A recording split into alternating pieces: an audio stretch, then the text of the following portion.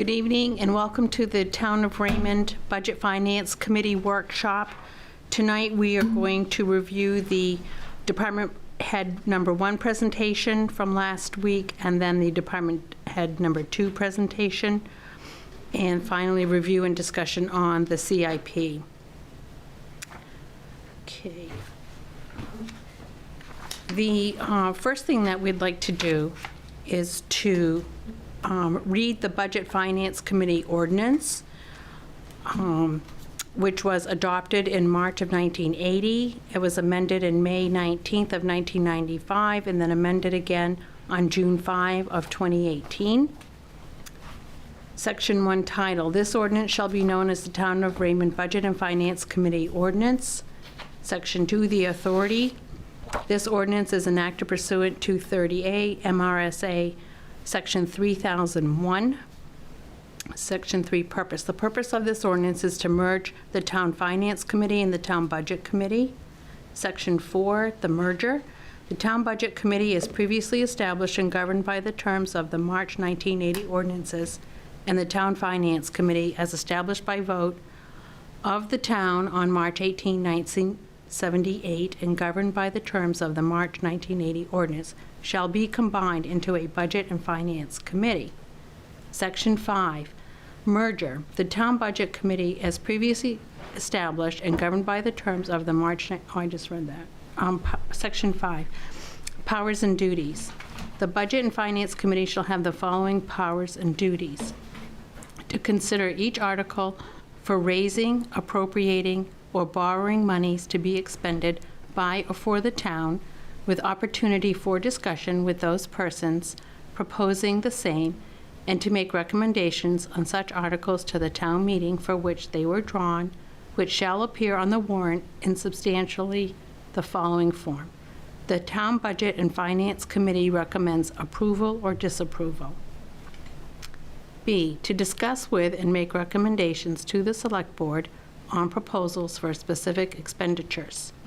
C, to investigate and recommend to appropriate town departments the availability of federal and state and other grants, loans, guarantees, and other assistance for the town, and the types, terms, benefits, and disadvantages thereof. D, to study and make recommendations on the general financial position, policies, and practices of the town and its departments. E, to study and make recommendations on any proposal for payment for services or equipment by bond or note. Any such proposal, with the exception of general tax anticipation notes, which will be reviewed under Section 5D, will be accompanied by an impact statement and recommendation for rejection or approval. F, to develop and maintain, with the input from all other committees and boards in town, a 5-year moving capital improvement plan. G, to study and report to the Select Board potential revenue-raising opportunities that may require actions by the board or town manager. Section C, membership, quorum, and voting. The Budget and Finance Committee shall consist of 7 voting members, plus the chair of the Select Board, who shall be a non-voting ex officio member. The reduction in number from 9 to 7 will occur due to attrition. Existing members may continue as voting members on the committee, and each may petition to be a candidate on upcoming ballots. The first 2 seats vacated by attrition, seats shall open after an election, non-acceptance of the position, resignation, death, removal from the municipality, or recall will not be filled. When a seat is vacated, the term of office for any open seats will be adjusted at the next election to keep the terms staggered. The number of members will be reduced to 7 during the June 2020 election if attrition has not reduced the membership to 7. B, the chair and the vice chair of the Budget and Finance Committee shall be elected by a majority of the Budget and Finance Committee voting members at its first meeting after June 30th of each year. C, voting members must be residents of the Town of Raymond and shall be elected annually by the town via a secret ballot vote at the annual town meeting and have staggered 3-year terms. D, any vacancy among the voting members shall be filled either via appointment by the Select Board until the next annual town meeting, secret ballot vote following the creation of that vacancy, or by the town at the first annual town meeting, secret ballot vote following the creation of that vacancy. E, the Budget and Finance Committee shall officially act only in the presence of a quorum of 4 voting members. Official motions will pass only on a majority vote of all voting members of the Budget and Finance Committee, unless the Budget and Finance Committee unanimously votes to adopt other rules at the first meeting of the year after the annual meeting and agrees to utilize the revised voting procedure for the full year. No member of the Budget and Finance Committee shall vote on a budget item in which the member has an interest. F, all members will abide by the rules for conflict of interest pursuant to 30A MRSA, Section 2605. All members will sign up upon taking their oath of office and will adhere to the Town of Raymond Code of Ethics for appointed and elected municipal officials. Section C, in the event a member of the Budget and Finance Committee fails to attend without being excused by the chair of the Budget and Finance Committee 3 consecutive regularly scheduled business meetings or 2 consecutive regularly scheduled town budget review meetings, the Budget and Finance Committee, by unanimous vote of all attending members of that 3rd regularly scheduled business meeting or 2nd regularly scheduled town budget review meeting, may remove the member from office and have the member replaced under the vacancy section of 6D above. Section 8, severability. If any part or parts, section or subsection, sentence, clause, or phase of this ordinance is for any reason declared to be unconstitutional or invalid, such shall not affect the validity or constitutionality of the remaining portions of this ordinance or any rules or regulations promulgated hereunder. Section 9, effective date. This ordinance shall become effective upon passage by the legislative body of the Town of Raymond at a duly called town meeting. Thank you. Okay. So now, did the committee have a place where you wanted to start, or did you want to start at the beginning of the book and work through each item sequentially? Well, I mean, we could ask questions throughout the whole thing, but it's interesting to start, I would say, with the town manager report. Did you get a copy of that, by the way, while you were away? Yes, I did. Thank you. And why I say start there is because the last paragraph, the last sentence in that message from Sue, as a result would be an overall increase of 10.69. That's counting the new bond that we voted in, that the town people voted in last year. That was $1 million for recreation and $150,000 for design and drawings for the public works facility. Well, last year we were forced to reduce it down to 6% at the very end of the meeting, and so. I think it's something to keep in mind as we work through the budget. That's a big chunk to take out. And if you think about it, that bond alone is just over 4%, just for that $276,000 bond. Right. So when you take out the $276,000 bond payment, the rest of the budget increased by 6.56%. Correct. I only pointed out because we don't, at the last minute, we ought to be prepared for all those added-in cuts and all that stuff that's going to happen. Yes. If in fact. Excuse my tardiness, please. Yes, of course. Okay. Yeah, I agree. I think we need to be prepared on ideas on where we would be okay with cuts, if it comes down to it. Well, I think we're going to have to be prepared, right? Right. And even if it's just minor or things that we see that are obvious, and that's, the whole, My mind was, when we talked about having a work session, was to do just that. Yep. There are certain things, you know, you could pick up on large departments that monies that weren't even spent this year, for example. And so I think it's important that we, you know, TIF is TIF. There's not a lot of questions with that. They laid that out pretty well. And there's certain things that we don't really have to get into, but I think if we flip through and we get into a section and someone's got a question or maybe a suggestion for a cut or something that's obvious, that's what I would recommend, and we can move right through it. Okay, sounds good. Okay.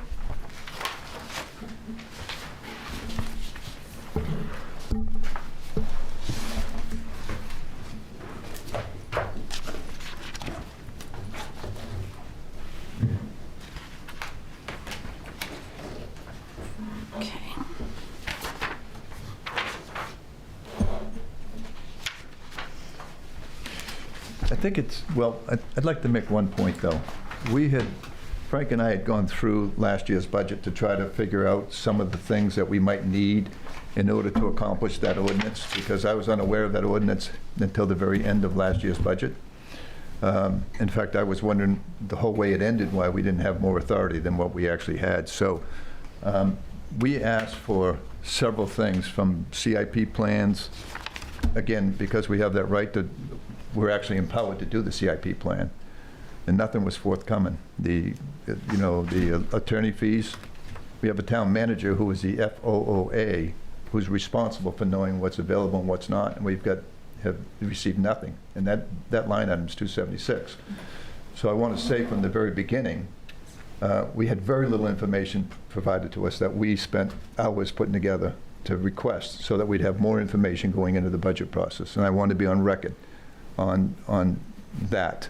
I mean, it's very difficult when it's the largest amount of money, and we know we have a legal bill with just the lake, but we also know there was legal bills involving the town manager's, exit, along with the new town manager. And if we just had a feel of it, because they're dropping it back down the next year to 40,000. So keep in mind, we did not have the information provided to us. And with that, I think we just stop from the beginning and run right through if anyone has questions. Okay.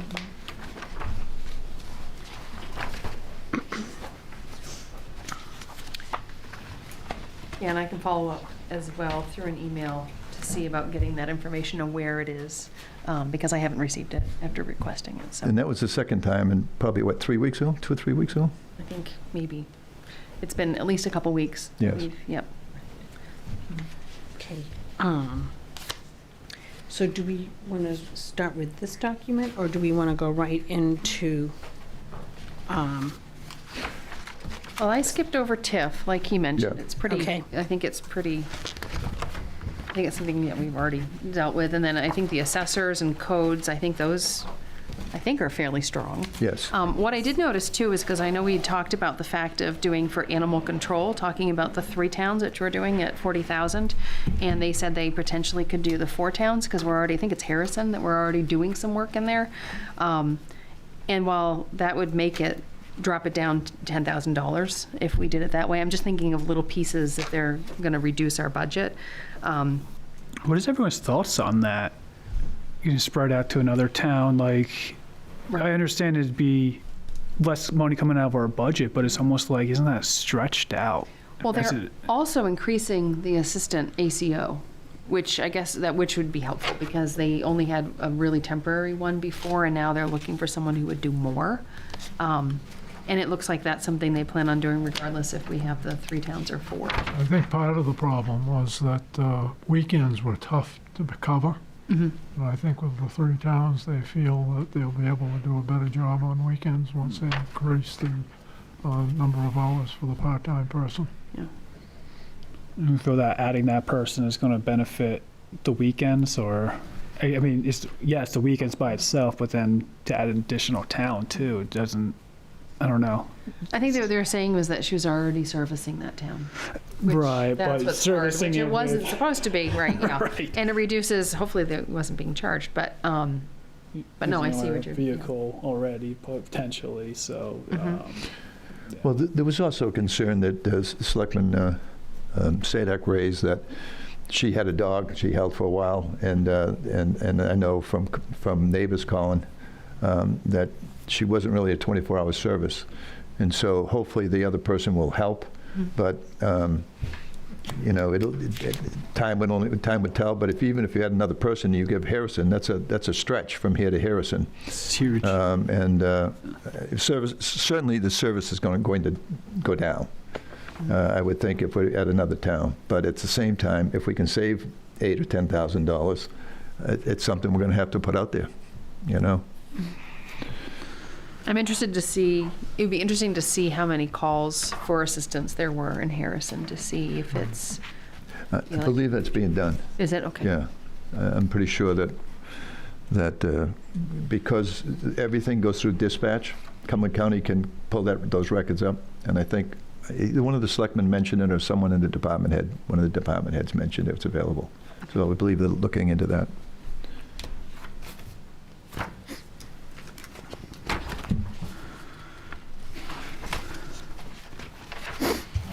Okay, anything else on the animal control? No? Okay. Public safety? It appears that what the chief did was move the turnout gear that he cut last year into the CIP. And so, and I know from speaking to him for a couple of minutes that he said he ended up getting some ear bottles that'll actually take some pressure off. But his is all kind of straightforward. It's line item with each individual thing written out. I'm not looking for anything there. It's pretty straightforward. No, I think it's good too in the fire CIP that they have funds in there to purchase 10 new turnout gear sets, which I Yes. think is hugely important. I don't want to cut that at all. Yep.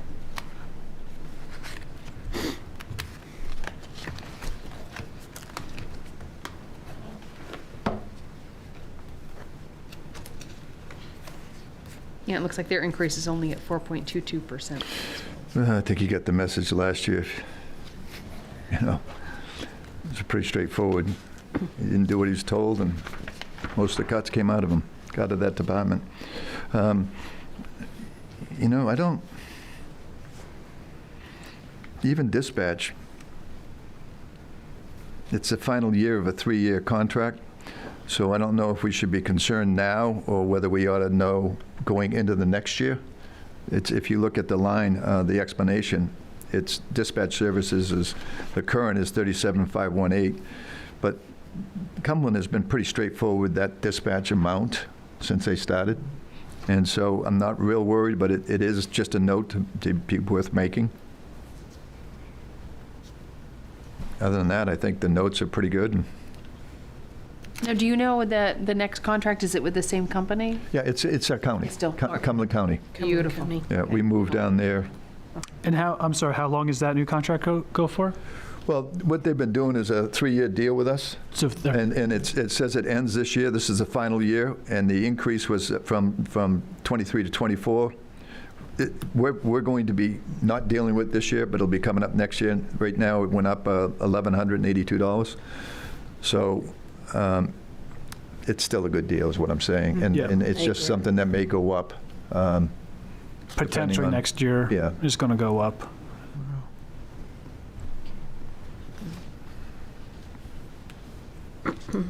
When do they tend to re-sign those agreements? Well, generally speaking, it's been a 3-year, to my knowledge. It was when I was chief. And is it that they sign it like in July, or do they, like the new agreement, do you know when the? Cumberland Expires. ties it all into their budget, and so their increase, we would know when they're doing their budget. Usually it's a line item, you know, one of their notes. Okay. But it's a pretty straightforward service. Yep.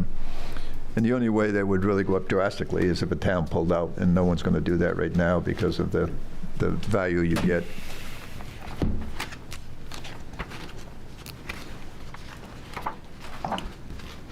So the increase that they're citing in here, is that for a 1-year increase? That $1,100 or whatever it was, yes. That's the increase for this particular budget we're doing. It's just a 1-year increase. But that's all part of, that's all part of dispatch services, even though the chief doesn't have any jurisdiction over it. It's kind of like like trash pickup. Nathan, it's in his budget, but it's separate, distinct. It isn't part of operation. Well, dispatch isn't something the chief has any say over, but it's in his budget because that's the best place to put it, Okay, you know. all right, understood. Anything else on here? Nothing for me. Okay, all right. Moving on. Tech. So, we can start with this fiber thing, I think is fair to start. One of the things that the guy from Sebago Fiber has said, which was kind of alarming to me, I had mentioned that the fiber optics never took off in New Jersey, even though it was supposed to be the next big thing in the area that I lived in. And that was about 10, maybe 15 years ago.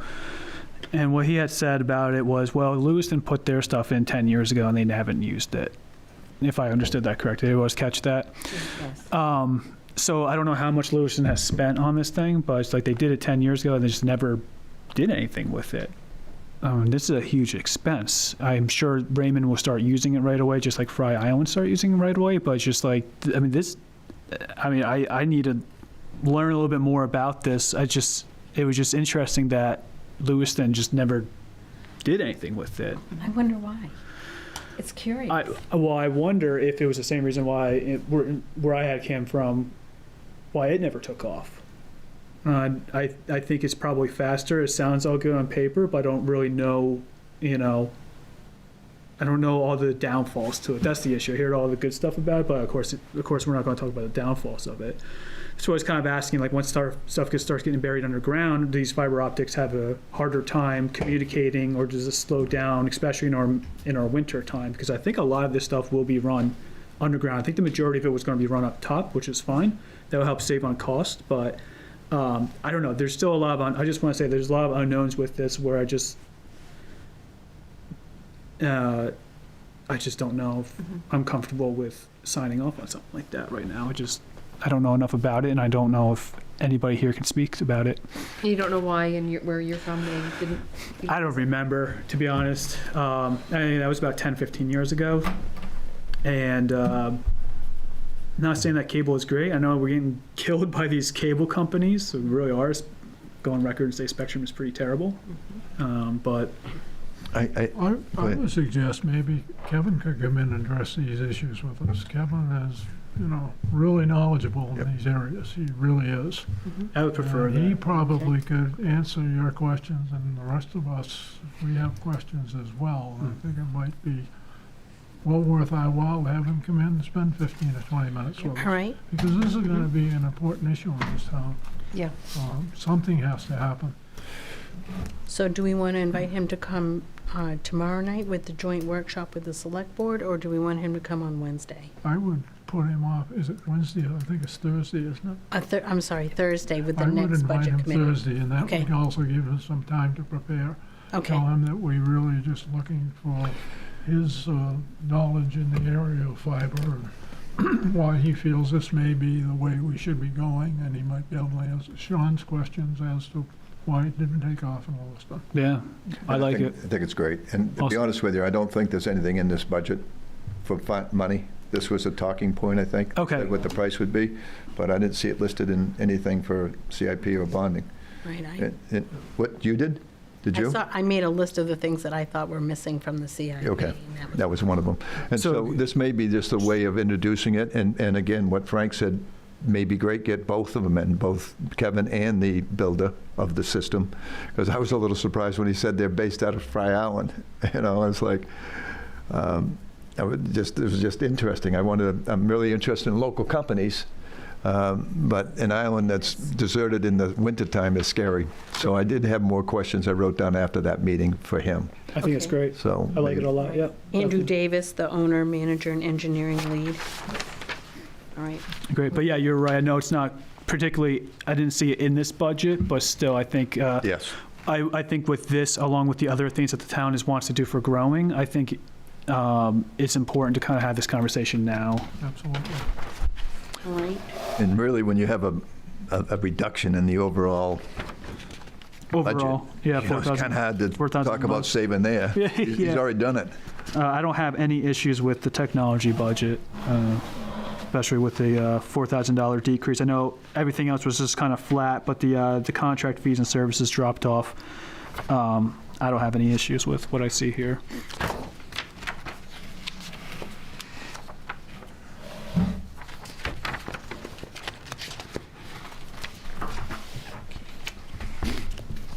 Okay.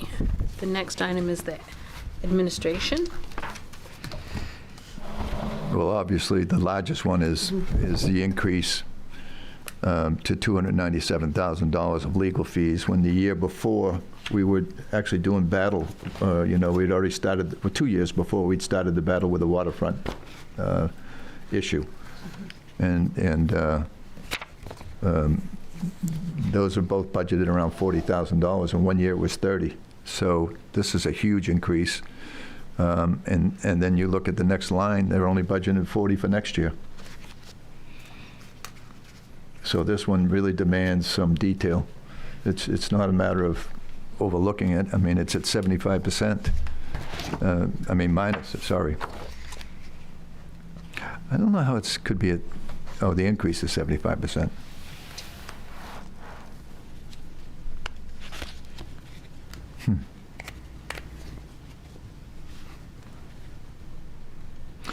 And the reason I say that is, and I like that you read the ordinance, because in the ordinance, it actually says something very interesting to me. And maybe something we're going to have to do before we're done is actually get the attorney in to clarify a couple things. But it says that when it refers to different things, it actually talks about the town as well as the department heads. And the town implies the Board of Selectmen. So what they spend on lawyer fees, or what they cost to for their actions, I read it as the town, because these citizens are out there not spending money, but the town and the departments are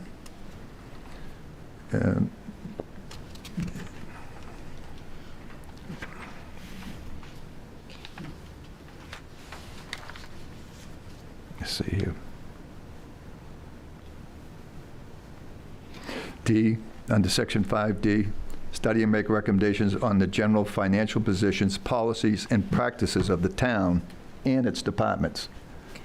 And so I think when this was the separation of departments, their effort was to have a financial committee to oversee what they were doing, as well as the department heads. And that may be wrong, but I don't know why they'd say the town when they could just say the departments, if that's all we're responsible for and empowered to. But either way, there's a lot of money being run up right now in lawyer fees. Okay. Oh.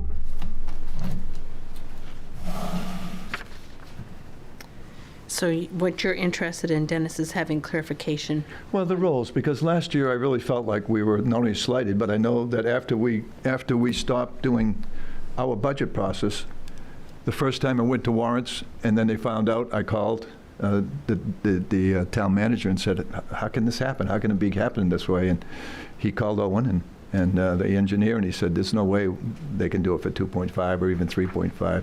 That's why they pulled it. But the 150,000 went on the warrant. But after we closed out our session, there was a 1% addition given to the pension that we were under the impression that the select board wasn't okay with, and it happened after we were done, and it's a financial matter. So I don't want that to happen. I don't want anything going on after us that's a financial matter that we didn't have any input on. I think it's important, if that's our role, and we've discussed it enough, that it's not looking for a battle as much as I don't know why we couldn't have been called to be aware of that, and that it was done. That's why one of the things Frank and I did was ask if there's any increases in the budget after our process stopped. And the answer from the town manager was no. But 1% was added to the pension. Okay. Non-union people. And actually, I see no reason why all the lawyer fees couldn't have been broken out, because she is the FOA. And honestly, we're just looking to have answers. Almost $300,000 this year, and then next year we're back to 40. Right. It doesn't seem like that is going to reduce that significantly this year. No. If you look at September through December of 2023, it went from like 15,000 one month, almost 15, to 29 and a half, to almost 23,000. Whereas in July and August, it was, 6,500 and then 1379. So it does look like it's been ramping up. So I'm interested to see, I'm wondering what January 2024 and February are like, because that looks like a huge increase all of a sudden. It's not unreasonable to ask. Okay.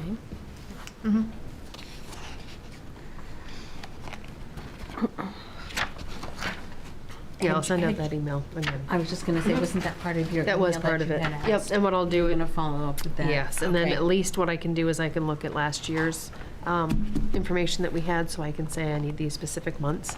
And then I can ask for the, like, especially September through now, to see what's going on there. Yes. And I do understand that some of it we won't be able to, there's information that's private, I totally get that, but just to get a general idea of why each month seems to be ramping up. Well, private is, to keep a person's name aside, that's okay. Yep. If it's discipline, ought to be discipline. If it's a problem with personnel, you can certainly describe a problem without bringing up a person's name. And I went through the state law, and there's very little that they really exempt from it. They really do. And we already know how much it costs to get, the accounting firm to have our, that's already listed. So we know that that's not a problem, for the audit. I know how much that was. It's just the legal of $60,000 is just for those few months. And I want the town to have the teeth it needs to continue to fight this, I agree. So, I mean, I would just kind of bring that to question is, hey, and that's why I would like to see that stuff too. It's like, hey, how much of this do you really need to get this issue on the lake resolved? Yeah. Because if we spend, And where it's at too. yeah, I think that would be within our means or within our reasonable expectations to understand all that.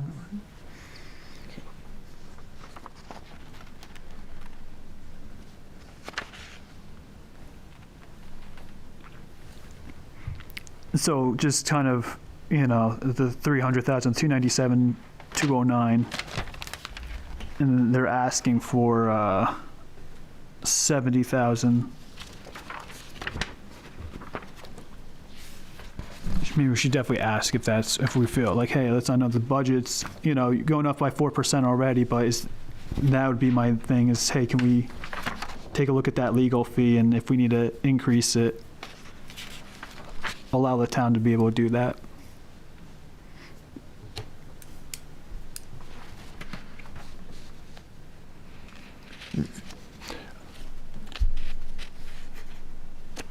So the budget for salaries, 6 months into it was 3/4 of it, right? Is that how we read that?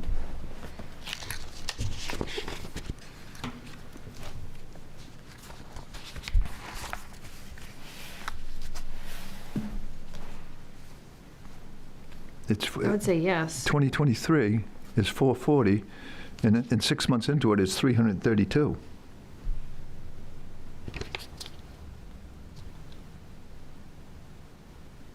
With 6 months to go. Yeah, we still have quite a few months left. I think So- that has to be explained. Because that, I'm looking at it as a 300, Right.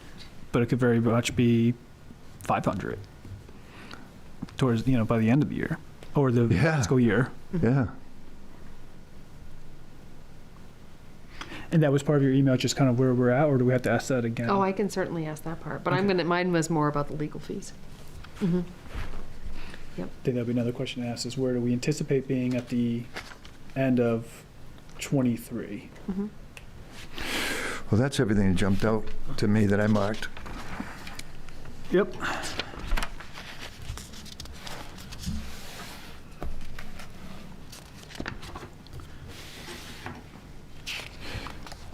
The other thing I always wonder about, and I guess we can ask the select board this, but as I was looking through the proposed budget, it says select board, every year they have 75,000 to spend.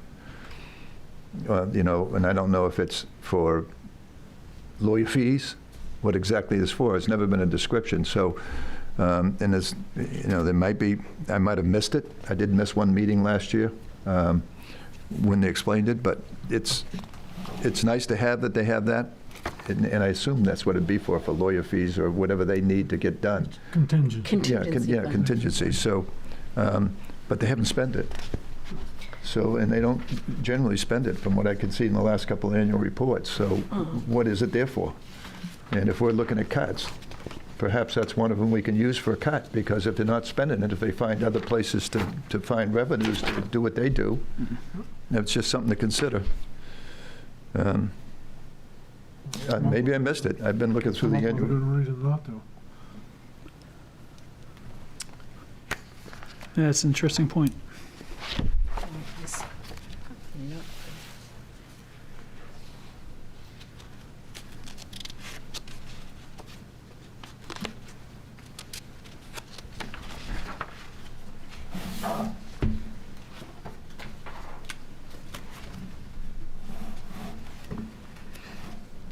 Oh, we received an email from the town manager saying that they really focus on transparency, on, having a meeting on a Friday night or Saturday when the public is, they don't want to, they're busy, they wouldn't be watching, and so they don't let us meet. Us working people might have to do a Friday night or a night, or Saturday, even a Saturday day. So transparency-wise, we got a selectman who's involved with the health insurance, and it hasn't gone out to bid for 5 years, 4 or 5 years. And I think for transparency, where we have a selectman who's involved with it, I think it should go out to bid. What hurt would it be? It doesn't hurt to do a bid and to make sure it's transparent. I brought it up, and they kind of said they don't want to do it. But from my perspective, I think we ought to review anything that had I think it's a 14% increase. A 13% increase, somewhere around there. Either way, I think if transparency is important, why would it hurt? Might even save money. That's what I'm thinking. I mean, we've had 3 different insurance companies in a short period from bidding. We had Cross, and we've left Maine State Retirement. So, anyway, if there's a savings there, I'd like to see it. And I'd rather see it through a bid process than cutting something out of someone's budget.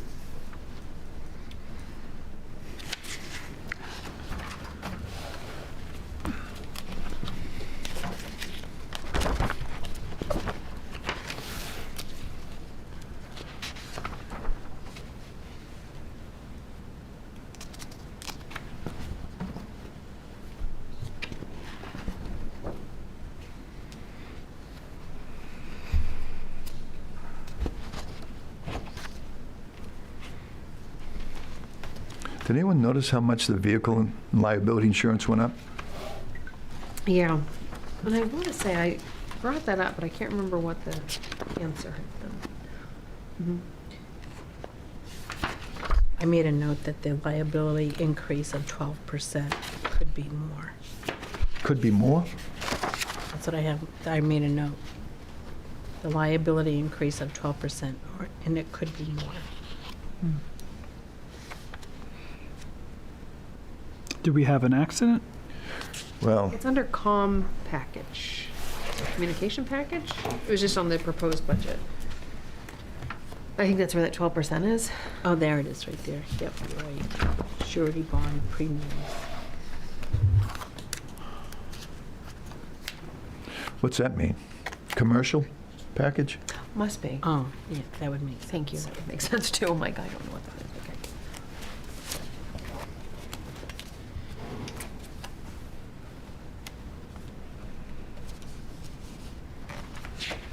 Okay. I did make a note of the bond premium of $21.85. That's for town, the treasurer, right, to bond them. I mean, that's what I'm assuming. Okay. I guess I could ask them. I almost feel like they said that it was. I feel like To there was a- protect them from Right, from and it has to embezzlement. be, yeah. I think they are required to be bonded.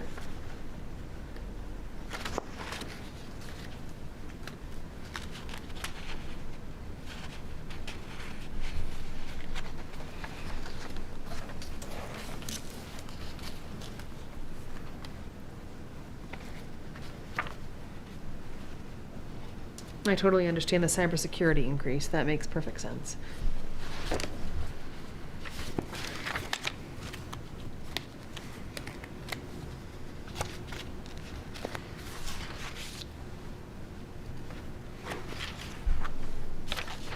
Well, the good news is unemployment insurance is pretty reasonable.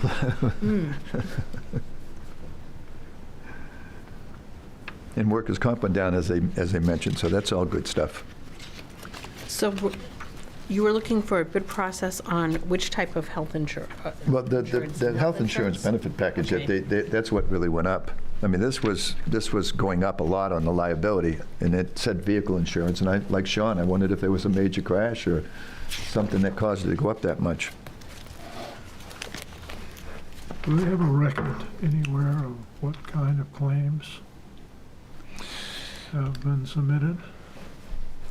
That'd be interesting. I mean, if we have a lot of crashes, driver's ed would help, but it just seems to me that would be more common knowledge. Be interested to know if they have a file for that. I mean, they must have claims going. I mean, I know like the dugout, first time that collapsed, they put an insurance claim for it. I don't know if they've done it the second time it collapsed. But, Yeah, I imagine that wasn't the, I mean, the commercial package, that's the biggest increase there. I mean, I see the boats go up by 6%. The cybersecurity I'm fine with, but that comp package, I think, is, it needs to be answered what is going on with that.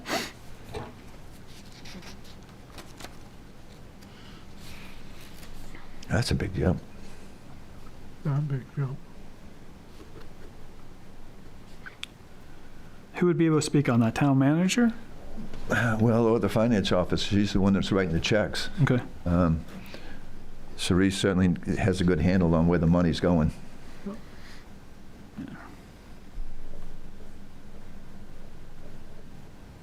Yeah, maybe look at claims over the last 3 years and get a feel of. The question isn't whether we could save money there, it's just, can we prevent it from getting worse? You know, that sort of thing. Because I'm sure the only way to try to save money is to go with a different insurance agency, which I don't know if that's even beneficial, to see if that comes down at all. So I think you're right. I mean, depending on what the reason why it is, I think that it is what it is, but Yeah. I don't know how you would save on that. Well, Just if you answer have the one question person what it that's is. crashing trucks every year, Yeah. you could give them a driver, you know? You can't prevent it. Or even the students, for example, the students in the fire department. I mean, we did extensive driving training with them, and we've been very successful at getting them jobs when they leave here. But as soon as they're able to drive a truck and they're qualified, we put them in the seat because we need them. And so I think it would help us for both Public Works, who's on the road a lot, and Public Safety to see. What harm would it be, again, if it's easy data to look at? It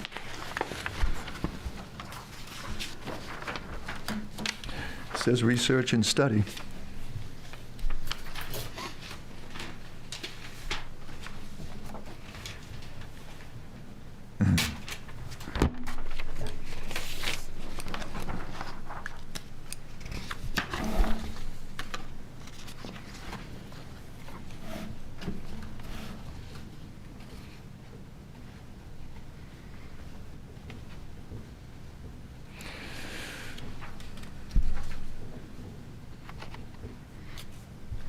Yeah, 70 is the account for employee benefit, and under that 2020 is health insurance, and it's got a 15% renewal increase.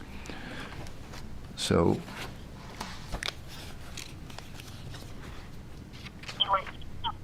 Yeah, I wrote down all the prices on the single plus dependent, family. Oh my goodness, yeah.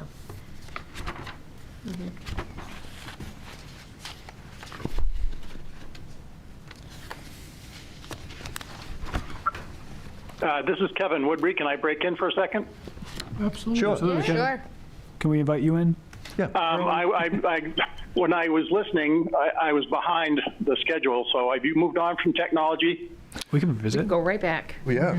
We're here to be educated, Kevin. Okay, so Okay, what I didn't understand was somebody was talking like this was for the town people. This is not for the fiber. Is for the town municipal network, which we will use immediately. I mean, we're using right now what's costing us $1,600 a month for one strand of fiber between two buildings. And if you remember the slide, we will save the cost of this in 20 years. I mean, actually, we'll save the cost of the running it immediately, and then in 20 years to 40 years, we'll completely recoup the whole thing. So, and the fiber will be run up in the air completely for the town's municipal loop, and it will have no effect by running it underground, which I had mentioned in the previous thing. The fiber is not affected at all underground because it is a light-based piece of equipment and is not affected as copper is affected by water, by humidity. So I just want to make sure we get the facts straight on that. Okay, and then as residents, we can get into it because it's already there for the municipality, right? They will not. So what the town is getting, the municipality is getting a 12-strand bundle inside the big fiber bundle. That will be for our municipal network, which is extremely important for all the reasons I had listed. Mm-hmm. But what it enables, because we're running that, we're going to pay for some of that, that helps enable the rest of the residents to get service sooner rather than later, or not even at all. So it's an aid for helping out the residents of Raymond to get high-speed fiber. If we don't put this in, now, they probably will not go forward with the fiber to the town of Raymond because, we just, it doesn't make sense to them at this point. Okay. One of the questions we had is that even the gentleman had mentioned that Lewiston had had it and never used it. Do you know why they wouldn't? Well, I don't know what Lewiston did, if they had municipal fiber or if they had fiber to the home. Again, we're not talking about fiber to the home for this amount of money. This is only we're talking about running a dark fiber loop, and they're going to basically put more fiber into that. We're going to get 12 strands of glass, which we can use to connect all of the municipal buildings. And then they're going to have X number of additional strands, which they're going to use commercially to bring fiber along that loop and expand out from there. Kevin, what is the advantages to fiber over what we have now? And what are the Well, what we have now, I showed you that star network of copper, coax. It is so slow, we cannot do backups between. The only buildings we can do backups between and do any decent communication between are over the one link we have from Spectrum at $1,600 a month between the town office and the fire station. We have 3 locations right now that have servers. We use those for off-site backups, disaster recovery. I mean, we have come to the point in Raymond where we're doing what we're supposed to do according to government or any decent practices is if the town office burns down, in a matter of 2 or 3 days, we can be back up and running either at the portable or down at the fire station. Our goal is to have just the fire station and the town office once we get up into the school building. So we'll have 2 server locations, 2 backup locations, and we really do need that communication to all the other locations. Right now we have video servers at every location. We have cameras, security cameras, that we have to run at that location. We can't run them back to the main server room because the lines are too slow. It's extremely difficult to do any type of communication on cable modems. Kevin, you probably didn't hear the beginning when we were talking about the budget. With the bond they put in for recreation at $1 million and $150,000 for public works, that kicks in at $278,000 in this budget. It puts us at 10%. Historically, the select board has never gone along with that. So let me ask you this question straight up. If you were to get some money in the capital improvement First of all, I'm wondering why some of the money from the federal government wasn't designated for this kind of infrastructure. Was that out of the loop of what? Because, yeah. It was out of the loop. We're too rich, basically. We have what they call acceptable service. But it is, as you all know, it may be acceptable if you're just browsing the internet, and that's it. You cannot, doing downloading and streaming and uploading your files to to secure yourself. I've had several clients that have not backed up to the cloud or not backed up locally, and they've lost every piece of data, every slide, every movie they ever had. Well, there's no because doubt. you can't back up to the cloud because it's too slow. There's absolutely no doubt. We're fortunate. That's why we want to. We're fortunate to have you. I guess what I'm looking for is a way to get it into the capital improvement program, or get it started in some sort of system or time. We have 150,000. I've been doing that slowly, and what we're doing is the cost that we're incurring to run on Spectrum is at the speeds we're running at is ridiculous. This will pay for itself. Not immediately, but it will pay for itself. Kevin, you said, And like I said, we have 150,000 currently in the CIP, and we were hoping to get some TIF and then ride along in some bond. That's what that. I mean, I don't know. I'm a contractor. I used to work for Raymond, and I became a contractor outside because they were trying to remove people from the staff. And so, but I continued on, and we're doing the best we can. And I don't know how you guys want to finance that. I can only stress how important it is. Oh, we appreciate your opinion and your professional, your knowledge. So that 100,000 that's in there, you just put in this year? And you got a there's reserve? 150,000 residing, and I didn't know where to put any money because nobody had made a decision on how to handle this. So I didn't put any extra money in. From the years past, there's 150,000 specifically targeted at the municipal fiber loop. So it's got to be reserved because I don't see it on the board there. I only see like the fiscal year 23 fund balance of 164,801. Would it be part of that? I'm not sure, but I was assured and I've been putting it away and haven't been using it, I was assured. Is Sharice there? No. No. That's what I'm looking at right here. I mean, it is. I asked her, and she definitely said there's 150,000 plus in that account. Well, listen, Kevin, there probably is. What doesn't happen in the budget we get is we don't see any reserve that's rolled over until it goes to the annual report.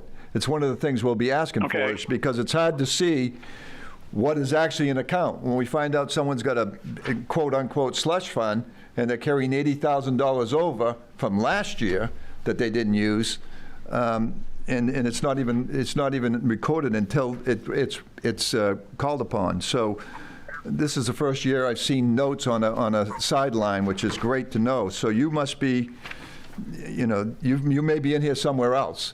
But I will tell you that the rollover is not carried or not printed on a normal basis. This is the first year I've even seen it. And that's another thing that I think that we have to know what the true budget is what's been rolled over. I agree, and mine was specifically targeted, but in verbiage when I put it in there to go for the fiber. Okay. Okay. Kevin, you're very, very passionate about this, which I respect. I just want to ask, with respecting that passion, is that when you said that if we don't do it now, we'll lose it, why is that? No, I didn't say we'll lose it. We will lose money that we don't need to lose. Oh, lose money we don't need to lose. Okay, thank you. John, you had some questions on fiber, didn't you? If you look at the cost of the Spectrum, the Spectrum line, the one line between the two buildings, plus the fiber into the town office, plus the, I think, 6 other cable modems, that is an extremely large cost. Yeah, I do Now, have. I think Sharice had put some of that into the TIF in past years. So with his with Sebago Fiber, we got the printout and everything for all the positives, but can you honestly talk about some of the negatives of fiber optics? What should we know about it? the cost of the actual fiber itself is less. The cost to install it is the biggest cost. That's the negative cost, is to get into the plant, to build the plant. It's much more resilient. It doesn't have, you know, you don't, if you get a lightning hit on one of the poles, it doesn't follow the line into your building and, you know, take your communication equipment out if it's not properly grounded, which that's happened before. I mean, there is nothing, I really don't know. The lifetime of the fiber over the copper is much longer. The fiber that we actually have that we'd be putting in, and the fiber that I've put into other locations, I run short-range fibers. Those fibers can carry, those single-mode fibers can carry a terabit per second. I mean, it's the lifetime is 40 plus, 50 plus years of what we're putting in, probably longer. The only thing that degrades would be the rubber or the polyethylene or whatever the casing is the UV hits. And it actually, I don't know where you get your information from, but the ground is a much safer place to run fiber because you don't have UV hitting it. Well, it wasn't so much it was a question. It was a question that wasn't that I was an expert in this thing. That's why we're asking the questions. And I was curious to know if... Yeah, I was curious to know. We run in the town, I think 14 years ago, we had the town plowed in some conduit between the town office, the portable, Jordan Smalls Middle School, and the elementary school. And we, at that point, I think I was actually working for Raymond as an employee. We ran the fiber ourselves, and that's still there. And that's what we're running on right now. The town office is fed from the portable where you're sitting through the fiber that we put in down to the town office. Kevin, you ought to tell the whole story there. It was you and your sons that dug the trench to put the fiber in between town hall and this building. Can I ask a question? What was the... Yeah, we were out there in the middle of I don't know, December, chopping with a pitchfork, not pitchfork, but some sort of utility. We were digging down into the ground to get to the pull box so we could pull the fiber because it was beyond the freezing point. But I mean, the fiber is the best way. It's better than wireless. It's better than copper. It has the longest lifetime, the fastest speeds. It's more secure. You can't put, you know, for instance, copper, you can put something around the outside of it and see the signal going through. There just isn't a comparison. I would say the most negative thing is the repair cost if it was damaged. But other than that, what I really... No, actually, the repair cost, I have a fusion splicer. The repairing fiber is so easy, so easy. Well, that's good to know, because I used to hear it was time-consuming and very expensive. But let me ask you this, Kevin. When I started, 20 years ago, when I was doing my first fiber, you had to polish the ends manually and inspect them through a microscope, polish some more, get everything lined up perfectly. Nowadays, the piece of equipment I have, you cut the ends off, you put it in the splicer, it fuses the glass together, and you put it back in line. It's so easy. Well, you can tell how old I am. It's much easier than copper. So here's a question. Does this company do any financing if we were to make a long-term deal with them? I didn't ask the question because, quite honestly, and I was wondering what the total was.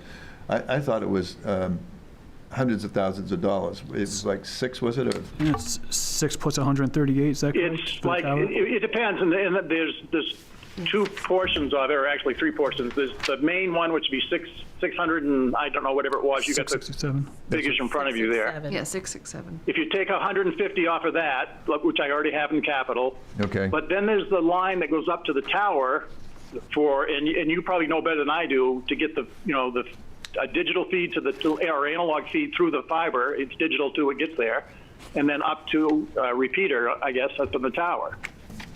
That cost was a separate cost he had put down for, and I don't know, is that another 180,000? I don't know. I don't have it in front of me. I was just trying to save time and be flipping through here. What'd you have? Well, for the fiber... I mean, you don't have to put in the base link, the base loop was the 67. 650,000, something like that. I'm not sure. 667. 667 minus the 150 that we already have in the capital budget carryover. Well, That would be the minimum, plus there's the cost of the electronics that to interface at each location. And I think he quoted that as 73,000, which is pretty decent because I can't get discounts like that. you know, So we've got like 6 locations. you know, I understand about the ring for this. This would be for the town, not for the townspeople. But there was a presentation, at least on the, I guess you would call it phase 2 of the rollout, which would be for the citizens. But I don't know if you had heard our invite. We appreciate you calling in because we had invited you on Thursday, but I don't know if you got that invite, but thank you for calling in. No, I actually did not. I did not get an invite. I don't think anybody was invited to these meetings. Well, You just actually, happen to be listening, huh? we're talking about who we need for the next meeting, because as we work through, we're looking to save money that isn't being spent or used and find creative ways for those things that need to happen. And we certainly didn't say yours wasn't needed to be happen. All we said was we didn't have anything in it for money from the town manager designated. Well, one of the other things too that the ring gives us, if it's cut, we still have complete communications to the fire station and the town office, which are the 2 most important buildings. But the fire station obviously is the most important building. So it should never, unless you've got a cut in 2 different places, the fire station should never lose connectivity to the internet, which means they'll never lose, because all the voice communications, if it's not radio, it's over the internet phone system. So we don't have analog phones anymore. We have internet-based phones. So we want to keep the fire station up at all costs, all the time. Again, is there any way to finance it without dragging it out, Kevin? I mean, you've dealt with this gentleman. I don't think there's any way to do it other than a bond. I don't know. I don't think he's getting his financing to start rolling out the portion of it, the additional cost. So we're basically getting 12 fibers in a bundle of many, many more fibers. He's financing that initial cost himself to run that so that he can get revenue from the people that will start using fiber along that loop. Okay, so Spectrum charges you $1,600. What fees will there be? I know we'll own the cable, but what maintenance fees or fees would be associated with that? And again, I'm only asking questions because there was so much going on in the first meeting. I didn't take a lot of notes with this one, if you want to know the truth. There would be, if you looked on I don't know if you got that slide, my company, which obviously we have the ability to run the electronics, so we decided we'll use them as a backup if we have to. But so there's no additional cost because, I'm under contract. We'll pick up the cost, obviously, for maintaining all the electronics, running electronics, configuring the electronics. The fiber will have no additional cost if you look at it over a period of time until the 20 years is up. The first IOU, IRU, or whatever it is goes for 20 years with no maintenance costs. Okay, that's all the questions I had. Okay. Kevin, thank you. We appreciate your call in. Absolutely. Thank you, Kevin. All right, thank you. Thanks. Bye. Bye-bye. He's definitely the man with the knowledge on that. Yeah. And we are So- fortunate to have him. Yeah. If you add the 2 columns together on the cost summary, the first column is 806,265. The second column is 81,180. So it's roughly 900,000 for the whole package. Yeah, it was under $1 million. Minus And he's that. got 150 Love it. of it. Yeah. So then the balance, I had written in my notes that the funding could come from TIF, that there is a portion, because it's on the 302 corridor, that it could have tax, Yeah, I did remember the that. TIF. I did actually And then the made a note of that. balance would be funded with a bond. All right, so, okay, I think we have a lot of information there Yeah. to back this up. I think the Think it's- bond account is going to get bigger, because in 2 more years, we get to school, and Well, that was my whole thing. I'm glad he called in because that was my whole thing. Is I'm looking more than just this year. I'm looking 5 years, and Frank and I are on the comprehensive plan committee together, and our job is to look at 10 years. But when you're just looking at a budget that's just only increasing by 5% each year, it doesn't seem so bad. But when you are trying to do multiple projects, which ones do you say no to? So maybe we do need fiber optics, but the school doesn't need any work, for example, which I know is not the case at all. It's like, where do we put our money, especially if we're bonding a lot more, than we have previously? And I understand about the AAA rating and all that stuff. I'm Right. fine with that, but it's just like, if you're only looking year to year to year, we're not looking at the future, Raymond. That's the whole idea of growth, is that we could shoot ourselves in the foot right now by not investing in the right stuff.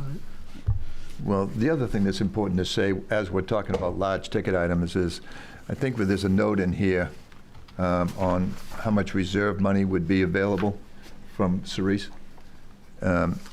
And again, I've gotten probably 6 or 8 new things, but basically what she's saying and it's not this one, unfortunately, is that there won't be a lot of money going into surplus, that we're running.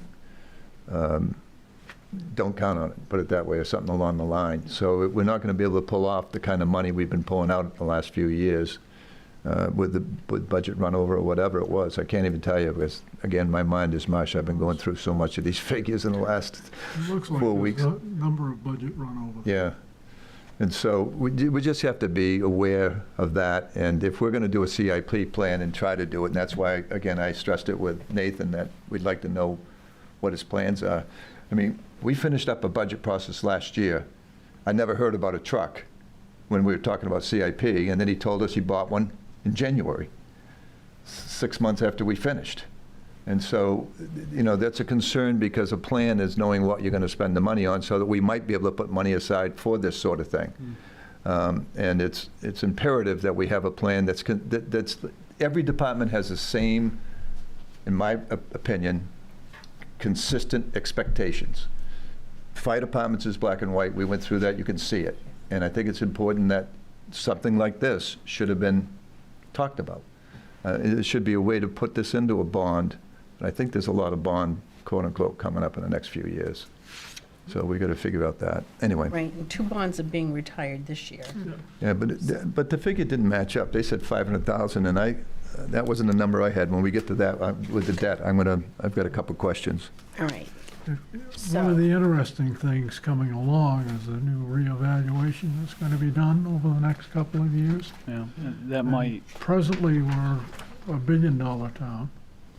And from what I hear, the expectation is that when the new valuation is done, it's going to be the north side of $2 billion, Double up. which will have an effect on what we can afford to do. Well, it also affects the school rate that we pay. Oh, I understand that. I the- understand that. For those who don't, the town, way the system was set up, when you're going with another town, it's based on town value, Yep.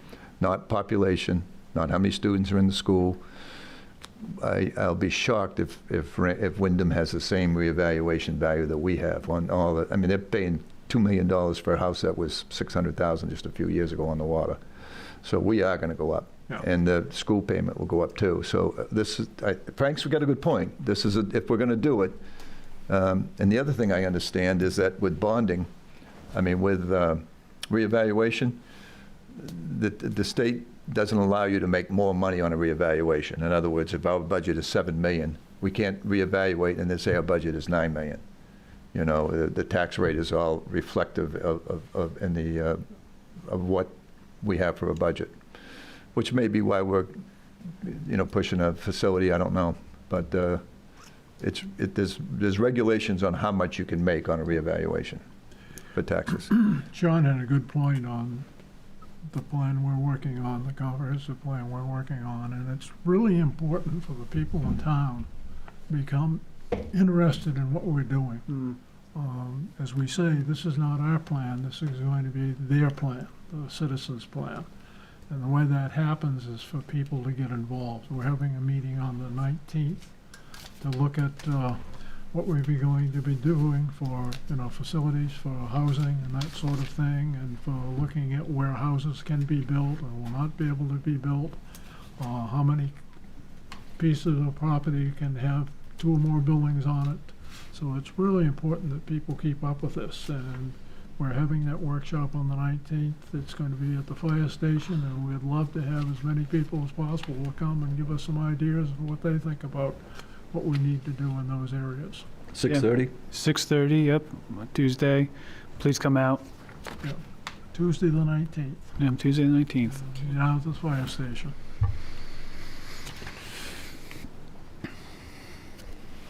Well, that would be nice if everyone would come over the phone or over the TV when we have a question. Certainly appreciated that. That answered some questions. We have to Yes. be Sure, Peter careful, will- because I don't think we can get more than 50 people in that room down there. Then we're over capacity, and the fire department will be putting us out.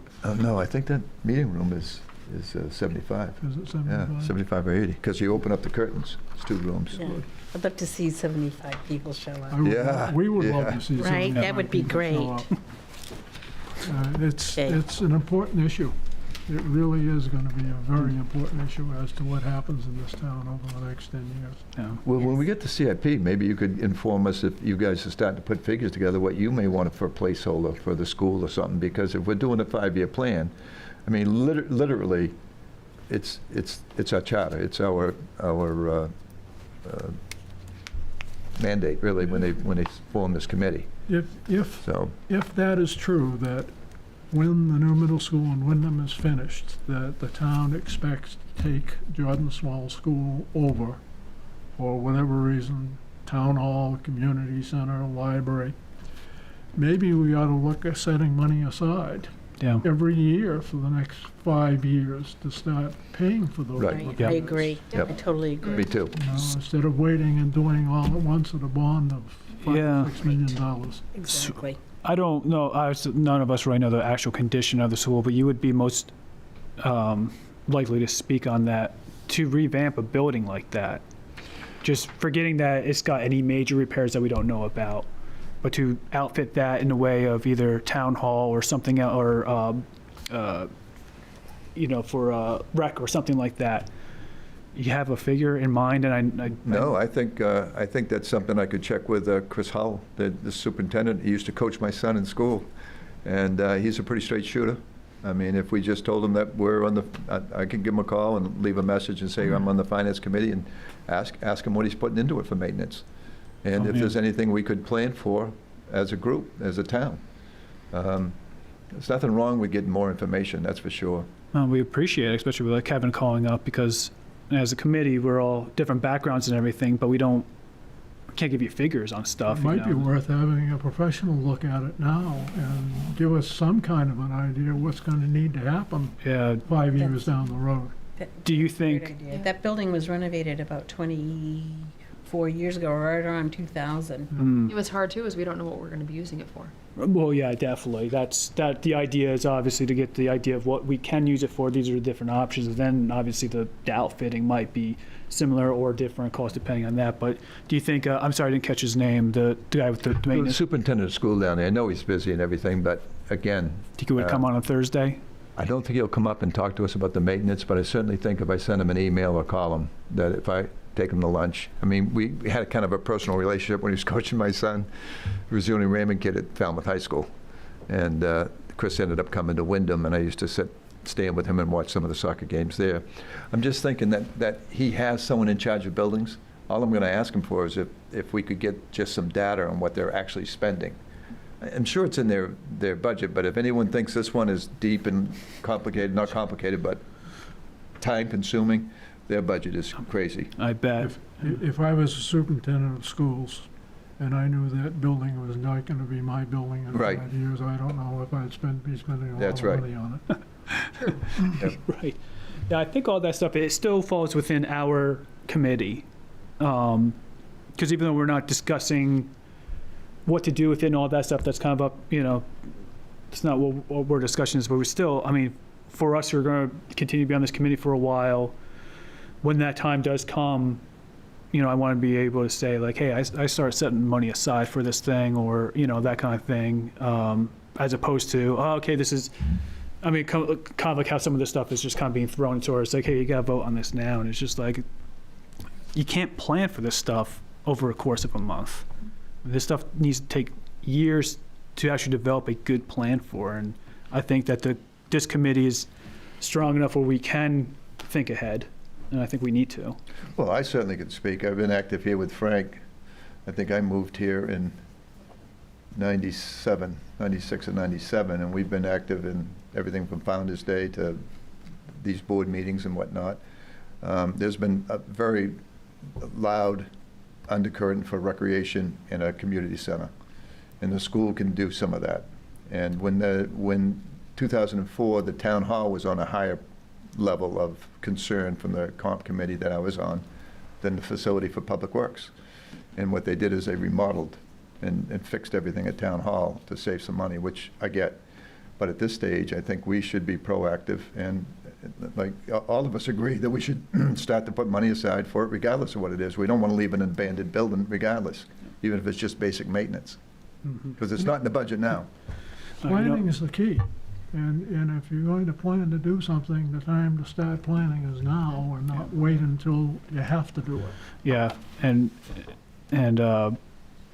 you could probably attest to this out of everybody. You know how bad abandoned buildings, you know how they get worse Oh, quickly. Don't get better. quickly. Quickly. Well, if no one's monitoring and going in and you don't have low temperatures and all that things, the insurance agent who was dealing with a very close friend of mine, I know I'm off the subject, but during that real cold snap at 18 below, 6 months, and the agent that came in was from Minnesota. There was so many claims on that 18 below day, those 2 days or 3 days. Oh, yeah. They had to bring people in from all over the country to deal with it. So we should have at least a plan. Anyway. Okay, so the next one, I believe, is compensation and training. Or did, yeah. Or did we already go past that? How did we get to insurance? Going back a little bit there. Yeah, we went back to tech, so. Yeah, we went back to tech. Had we skipped over? Now, look at the insurance one. Yeah, we just finished insurance when you came in, and Okay, insurance, employee benefits.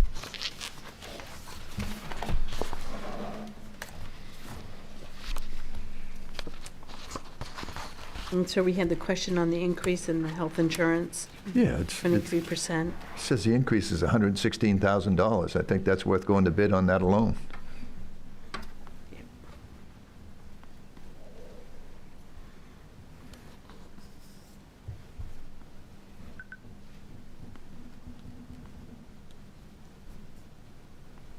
Okay.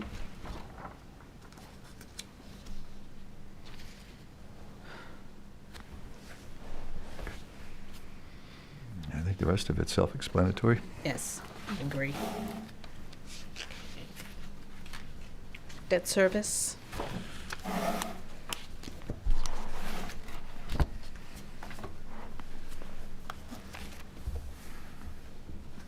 So the figure they were tossing around, or I heard, and I wrote down, was 500 plus on the bonds that were coming due. And I'm looking at, although we added 276 this year, so even though there's the 213 bond, the one that I noted is the 85,000, which is a salt shed, and fire truck. That's 85 that's coming due. It's done. It's the last one. The lease purchase is still there, so it must be the $200,000 road construction one, Yep. plus interest. So when you add those three up, which is basically all public works, that's 200 and I'm sorry.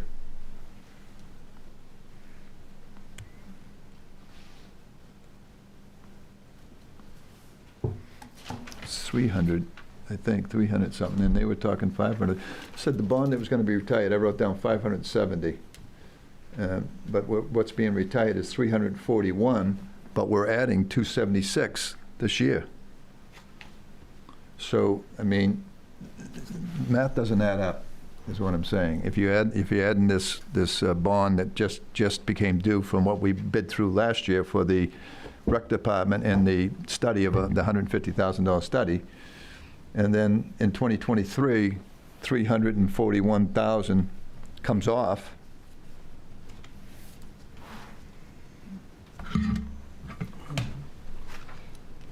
It would help if each one of these bond item, principal or interest line items had a description of what it is for. Well, I did that. I looked it up. The first one, the $200,000 was road construction, Okay, which was mostly asphalt and grinding, and, it was road construction. okay. Yeah, bring it up to. And then, and it was actually when you add the interest to it, it's 207,500. And, they do the principal and the bond, and the interest. Okay. Then the next one is the fire truck, and that 85,000 divided between the salt shed and the fire truck, there's actually about $30,000 that goes to the fire, and then 58,000 that goes to the salt shed. Both of those, and then the interest, obviously, divided. Okay. Because the salt shed was 600,000 and the fire truck was 250. Yep. So just to give you an idea of what, it's why I don't like combining the bonds when it goes out to a vote. It makes it a lot easier for people like us who are coming in that are just volunteering than selectmen who have been on the board for 10 or 12 years, or, the people that are writing this. So anyway, and then the lease purchase isn't going to be done. So what is the lease purchase principal on? That's fire. That's a truck that they're trying to combine. According to what the chief said, it was a combination, combining two trucks into one because of Okay. lack of people. Yep. And so that's, and then the 75,000 that's been carried forward is, they didn't like bonding for the rescue, and it was coming up, they'd get 8 years out of it, or whatever the number is. It's changed now, I'm sure. So what they did is they just gave them a capital plan, a CIP plan, that would be equivalent to the $450,000 that we'd pay for the next ambulance. So that's 75 that's in the CIP for the fire, in the line item. Yeah, maybe this is, Where do you see the 75,000? it's got to be in another place with, maybe on his line item, maybe on the next page. Let me find it.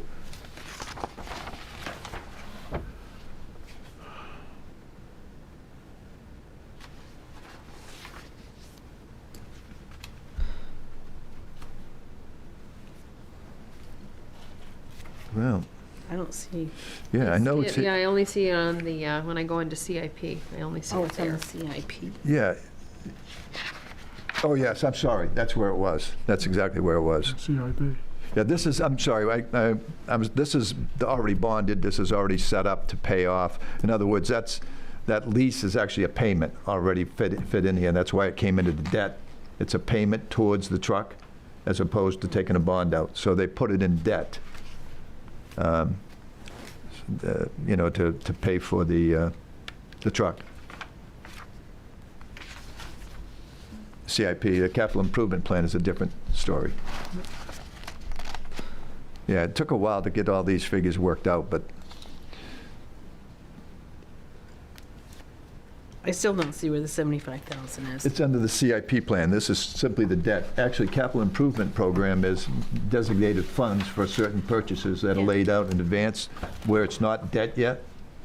So when you go to CIP, under fire, it's 75,000, and that is actually building up. They talk about reserve that rolls over. So that keeps rolling over until they have enough to pay for the ambulance.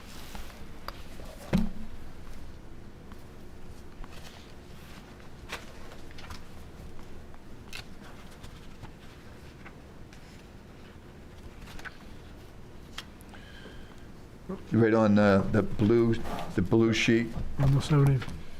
at the very beginning. At the beginning. It has a kind of an abbreviated, if you look down at the fire CIP, Oh. 75,000. Oh, okay. Oh, over Yeah. here, okay. See, the way this works is if they have a plan, they put it in there, and it builds up.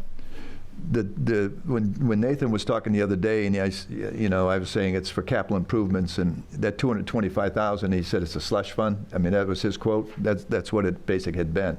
But it's supposed to be for large ticket items. I disagreed with him with painting and stuff, but they've allowed it. This is, the select board didn't ask any questions, so they know that it's a slush fund. But again, he just bought a $190,000 truck, and we didn't hear anything about it in the last budget process. He just took it out of this reserve. Anyway, the bond debt and this lease is a different debt.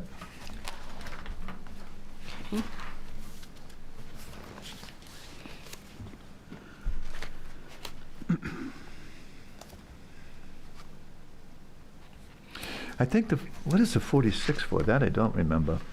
And I circled it, but I didn't really get a chance to look it up. Is that the building?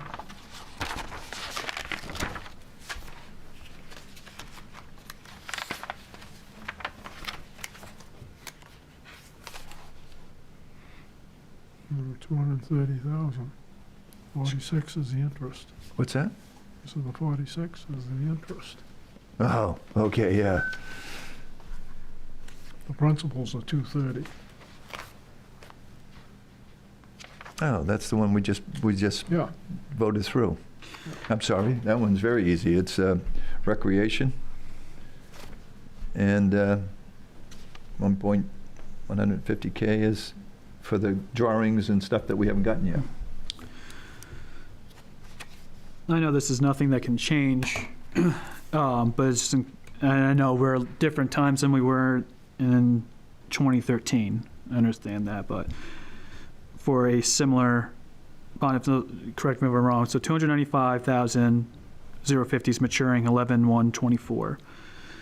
We have the $230,000 bond, which we did last year. Plus interest. Plus interest, right? It says 276. 2013 interest, 2,500. 2015 bond interest, 850. So we went from 3,000, just call it $3,400 to $46,000. That's only a 5-year note. Okay, so that's why. So the interest is going to be Yeah, higher. if you look across, you'll see that it says final payment is 28. So Yes. if they want, if what we were trying to do is keep the bonding down and do the whole 9 yards, and again, no matter how you slice and dice it, you take off the bonding that's going to mature in 2024 and you add in and subtract what we just put in there, there's not enough money for that facility. That statement wasn't accurate at all.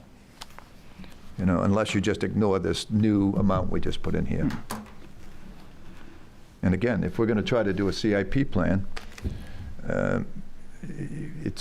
whether it's to try to include even a little bit of everything, Yeah. it all adds up. Yeah. Just my general thing was, this is not to change anything or any. My thoughts is just, man, the interest is such a killer on this one. Well, can you imagine if, again, talking about interest, we talked about adding money to the possible building as a way to compromise with the select board. So we're going to pay interest on something that's going to take a couple, 3 years to do. And then if the money did roll back, which it didn't with the salt shed, they put another roof on down there. That's what Nathan told us, that the money left over from the salt shed that was $600,000, he had so much money left over that he could put a roof on another 160-foot building. That didn't come back to the public. It was used for something else besides a bond. I suggest that we stay with what we wanted in the first place, which is a firm price by a contractor, and we don't have to worry about that. This whole floating things out, it's not good. Anyway, Okay. that's where that debt is. All right, thank you.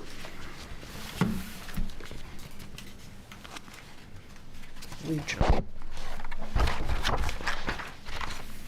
Regional agencies. Any issues with regional agencies?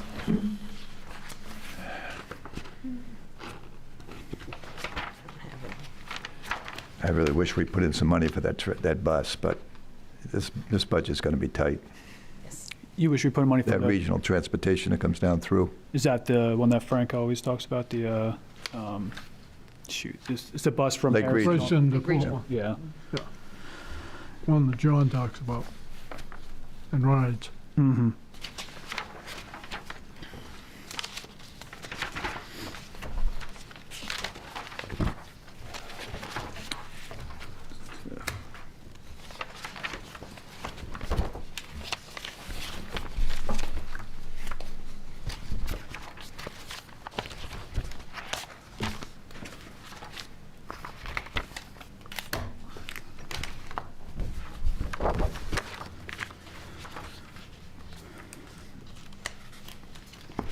On to Public Works. Public Works, solid waste. It's pretty straightforward.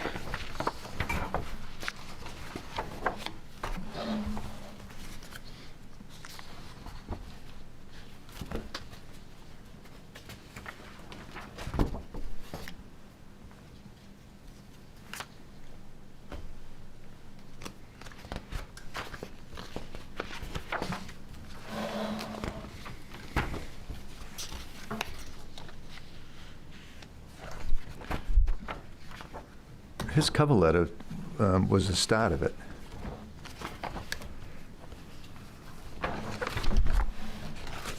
You know, the yellow page? Yes.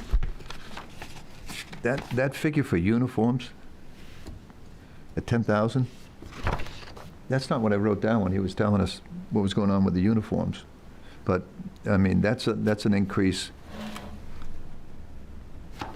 And I didn't see the shoes in here, because he said he spent $250 on the shoes too, but that's, I guess he added it in, but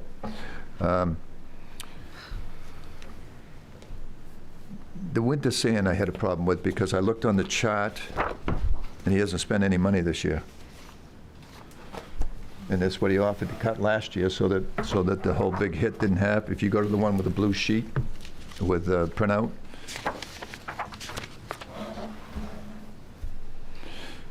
obviously they moved the building maintenance, that's why that's zeroed out. They've put them all into one now. And doesn't he say he gets the sand, it's in the summer, isn't it? I want to say it's delivered. That's why I feel like they didn't get one, but they're getting one in July or something like that. No, he said he pays a year in advance. Okay. I mean, if you look at what he's paid right out, I mean, the sanding is going to be all done for this year. And so he's got money in the budget to pay for next year's. And I'm saying, do we need to carry 2 years' budget and roll it over every year? Right. I mean, and honestly, it doesn't, I mean, he wasn't allowed to give $10,000 or $20,000, and he never spent it. And then the salt, if you look at when he bought the salt, let's see what he's got in there for salt. All right, he's budgeted 96. He's actually spent 75 he actually spent in 23. And now we look at where we are at this particular time, 12, into December, 36. So you would have that before wintertime. You'd have it all stocked, like he said. So if you listen to what he said, which is the shed is all prepared for the winter, and we went down and took a look at it, a couple of us, and it's pretty full still. So 96 to 36, I think that's something we can look at. And when we get the department head in here and find out, I mean, if this is going to be a tough budget to get it down to 6% like they wanted last year, that's a place to start, and so is the sand, in my opinion. And it's only from looking at it just strikes me as some of these figures don't line up. 60,000 for gas and diesel, and it's 16 after 6 months. You know, you look at Public Works, gas and diesel, budgeted 60, 60, 60, and then you look at what he's used from June to December, 16,000. Does it strike you as Well, it went up $9,000 in 1 month. Do you have previous years with you by chance? I have it home. I didn't bring it I in. brought last year's. How did you put it?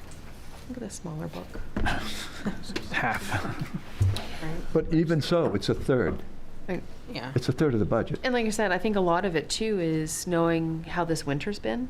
You Well, haven't had last to winter put- was a yeah. mild winter. Yeah, and you haven't had to put, I mean, we had a few more, a few Yeah, weird we did. stores, but you don't have to have all those trucks out. Right. So that's definitely going to be beneficial. Like I said, you're not going to use as much salt, not going to use as much sand.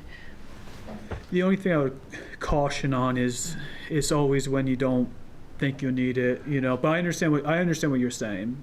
I'm going back a couple of years to look at trends. Yeah. And it jumped out at me, just like when he said that he pays for the sand a year in advance.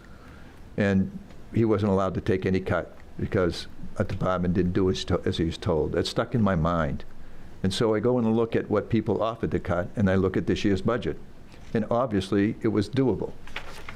And so when you start to look at, you know, the total use, and I like it when there's 2 or 3 years lined up like they used to do. I'm just saying, if we flag a few things, and they say we have to make cuts, instead of making a person cut that's got a straightforward budget that doesn't have a slush budget, you know, I think it's doable. I think there's a lot of money here. You can't argue the figures. You're looking at them.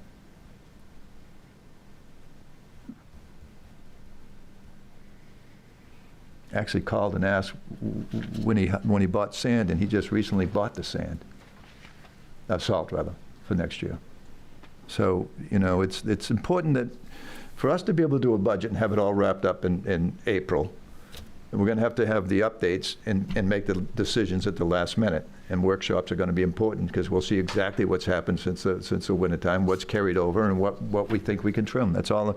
And there's a lot here. There's a lot of money in this department.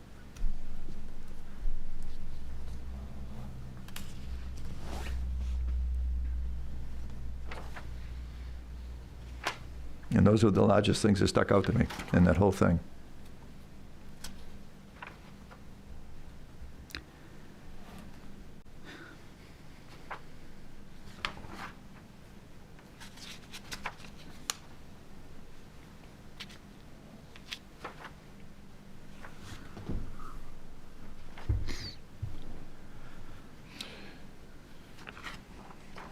There was an article in the paper, though, about those automatic trucks, dump trucks.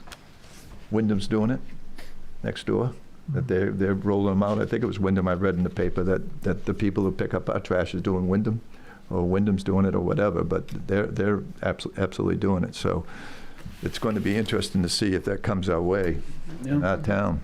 Well, we I'll have to bring everything back to New Jersey, but that's where a lot of my I don't want to say that where I lived was a little more ahead of where we are now, but like we had the trash pickup for recycling and for trash, and the truck would come and dump it, and I think it was an awesome program. I have zero issues with that. We have it in Phoenix. My parents have Yeah. it in Bangor. Yeah. I mean, yeah, I think it could it gets a little hard with the snow. You know, my trash can used to be a circle, and now it's all Yeah. made up from just whatever hitting it. But I mean, they're larger than a standard trash can, but I like them. I think it adds a little bit of bring us into the 21st century a little bit. Well, I looked at Thursday, I think it was Wednesday night when we had the huge rainstorm, and just seeing how many people had their recyclables out and all the cardboard, and just like, wow, that's Yeah. so much weight. That's so awful. Well, that's one of the nice things about that, is that you don't have trash bags out beside the road Yeah. for the animals and the birds to pick apart or whatever. Right. You And don't have to put up with any of that.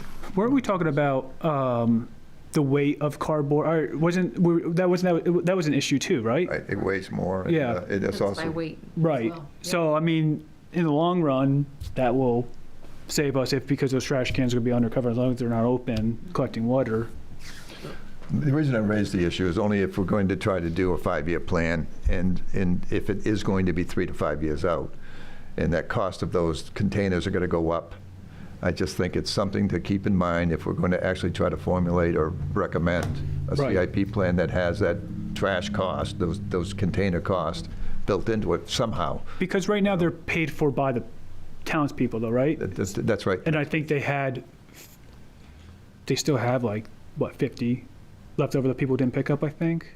The recycled ones. Yeah, that's just for recycling. So, so to what you're talking about, like we would have to get the vehicles for the trash trucks, but I'm not sure how they would want, if the townspeople have to pay for their own trash cans, or if that's just going to be part of the incentive of living in Raymond. That'd be an interesting question. It's like, hey, how are these trash cans? Are we paying for 50% of them, or what if one gets damaged?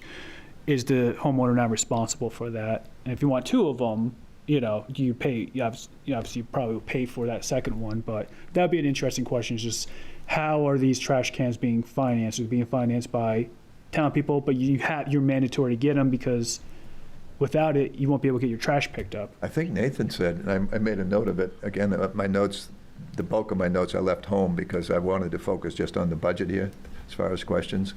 I think he said the town supply them so that they're all identical. Okay. Well, that'll be a question we definitely would like to ask. Didn't he say it was about 60,000? I don't, again, it's just something I think that if we do a CIP plan and we try to, it's just something to If you're keep. gonna do it, I think the town has to supply the cans, Right. just to make everything uniform so they fit the truck. Yep. And what happens if a trash can gets damaged, then the town replaces it. Yeah, either town, I don't remember, I think in New Jersey, we were responsible for replacing them if they got damaged. But I don't remember exactly, but either way, just curious to know. It's not going to make me sway one more or the other, but I think that the town people would like to know that too, for sure. Yeah. Right. Well, you heard something that's important I pay attention to is when they say they're having trouble getting help. And if companies are having trouble getting help, they're going to automate as soon as they can. Yeah. For the same reason that Kevin said that sooner on this particular program than later for the savings and for the maintenance. And so if you can't get help, you find another way to do it. Yeah, we've, not to get off, but we've definitely pushed ourselves as a society to get rid of those jobs, and we're really paying for it now. That's for sure. So, that's why costs keep going up.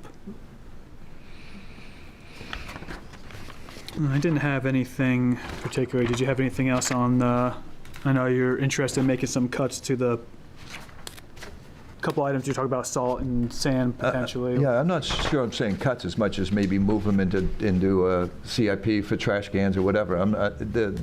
If we're not using it and we're paying a year in advance, it seems like that's money can be used this year for the budget Start and then building worry that. about the next year with the next budget, Okay. you know?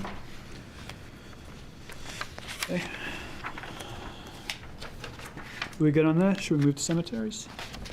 Okay.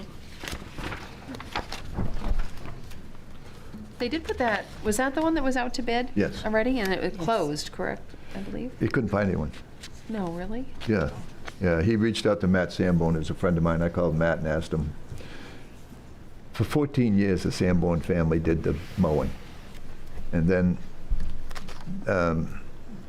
it changed when Lonnie Taylor got on the board, went out to bid, and now Lonnie's off the board, is going out to bid again. Lonnie was really doing a great service for us. It wasn't underhanded or anything like that. I'm just saying that he had a big company and he picked up the sidewalks and stuff. And so they don't usually go to bid a lot on the mowing. If you get someone to do the cemeteries, you just keep them, you know? So So, we but- couldn't find anybody? Well, I don't know what kind of bid proposal he did or what paper he put it in. I haven't seen it, and I read the local paper, so maybe they just posted it on the web. But I know they're going to pick up the plowing. So Public Works is going to do that, which is part of the TIF. Well, I had a note that the mowing had gone out to bid and the bid was going to be open tomorrow. Oh, great. Tomorrow Well, or tomorrow this from was the last night week. that we went over this. Right, and it weeks should have ago, already yeah. been, yeah. So it should have already been opened. Oh, I'm glad someone put it in. I thought he said at the meeting that no one had put in, that's why they were picking up the plowing and they were going to, Yeah, because they still had some more days left, yeah, good. maybe. And look at town of Raymond.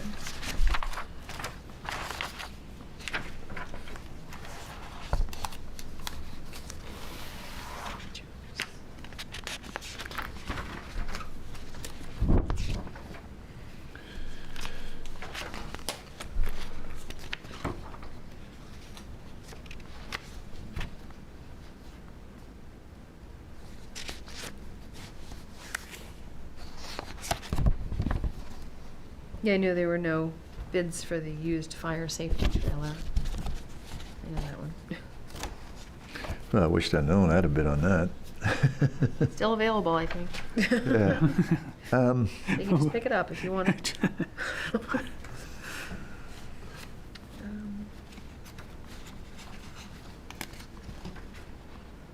Yeah, I was just looking to see if there's any information on that. I didn't see anything.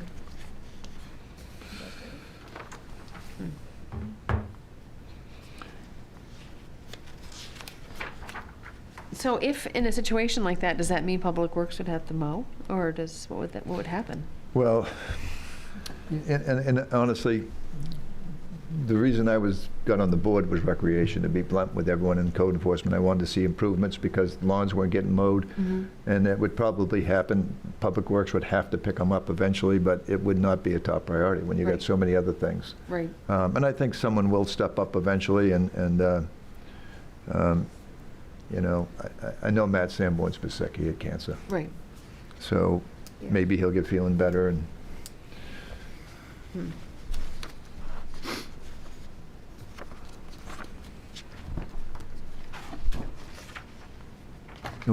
did we move to town buildings or? I'm ready to flip to town buildings. Oh, okay.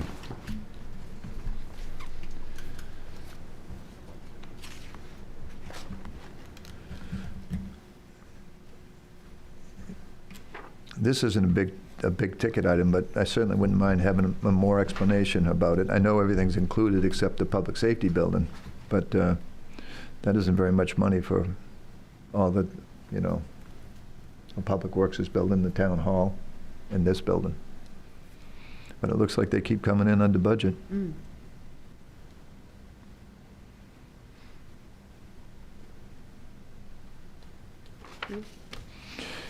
The only thing I will say, I really believe if you have shoulders that need work, I'd much rather see Public Works doing the road work as the select board laid out, that should be a priority as opposed to doing, Cemeteries.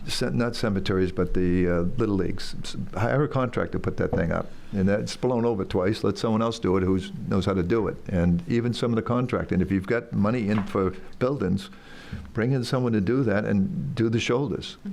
That's how I feel. I feel like it's nice that he can do it on rainy days, but I agree with the select board that the roads maintenance should be top priority. Our roads are being traveled much more as well. Yes, yes. I think that's what needs to happen. Absolutely.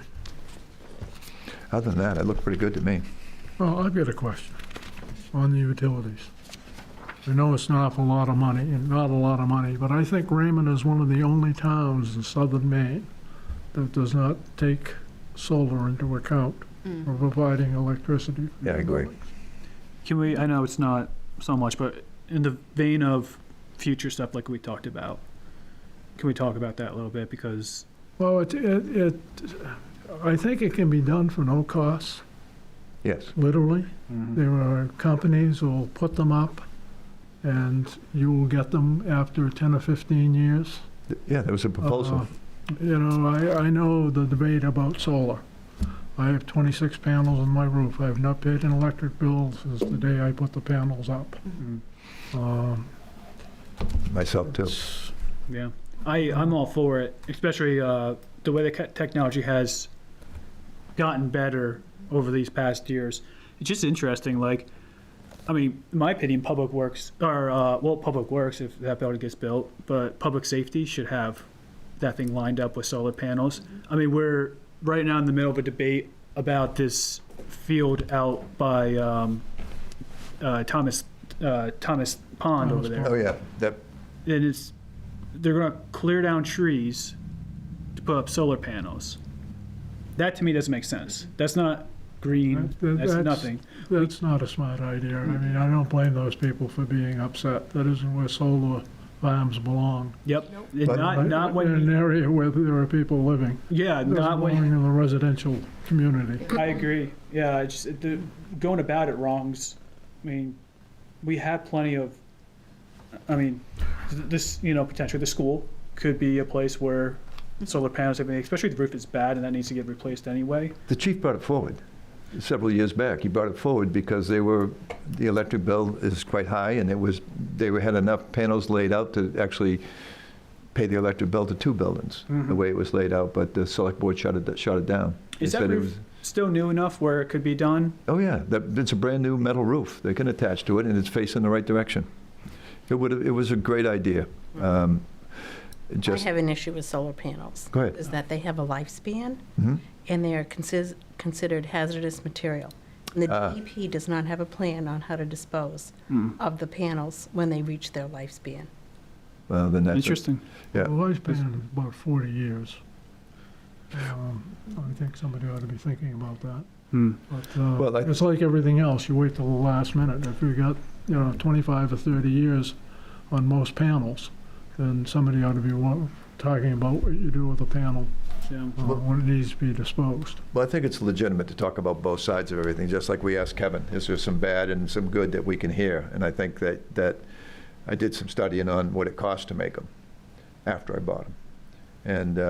And I didn't read about disposal, what it would do. I have no idea about that, so I can't speak on that. But the actual cost compared to the pollution when I was done, and I heard that the panels can be upgraded and they're much longer if you keep them clean and take care of them. So, but the question really is, if we've got a town and we can actually cut back $20,000,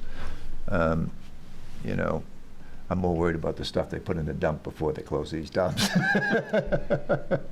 Not to say that we shouldn't be worried about dumping these things and where they're going to go, but it is part of our culture now. It's more and more houses, you're seeing them on it. Yeah. The question really is that something that we weighed into as a budget committee as opposed to the select board having a philosophy of where the town should go from their position, which I give them credit for having that role to see where we go. And what have you heard in the comp committee? Was it on there? Was there any kind of input from the two? Was it part of the questionnaire? No, it's part of the questionnaire, but I mean, it was brought up at our last one, just about, specifically the solar field. Because my neighbor was approached by, I don't know if it's the same company, but my neighbor was approached. She's got several acres and they wanted to chop down all the trees. And we were kind of discussing that at our last one. And it makes no sense to chop down trees to put these things up. But to answer your question, it's just within our kind of talking points. It's like, yeah, we're trying to be creative in ways to save money. And yes, there's an upfront cost of putting these things up, forgetting everything that you talked about, just looking at the right fund side of it. There's a cost of putting these things up, but what is the long-term, just like Kevin said, this is the long-term savings on this. And does that potentially make sense? But I'd be interested to kind of read up more on what you were talking about, because that's why I had asked Kevin specifically about, hey, what are the negatives? Because you always hear about the positives. This is the greatest thing ever, but what are the negatives? And it doesn't make sense to chop down trees, put solar panels up. It doesn't make sense to put that stuff, throw that stuff out where it's going to destroy our earth either. So, Well, maybe we can get information on that anyway, even if it's just an educational thing of what are they doing these days? Or the people that install it, that give you a maintenance contract, some of them will actually do that. When I put mine on, they said they put in the contract, they come back and take them off when I had to reshingle the roof. But the point is, someone has to be progressive enough to say they have a way to dispose of them when you're done, if you're a long-term company. So it's certainly, I think a savings anywhere we can find it is worth exploring, but I do believe you got to look at the environmental impact too. So, Okay. but there's a lot to do here. All right.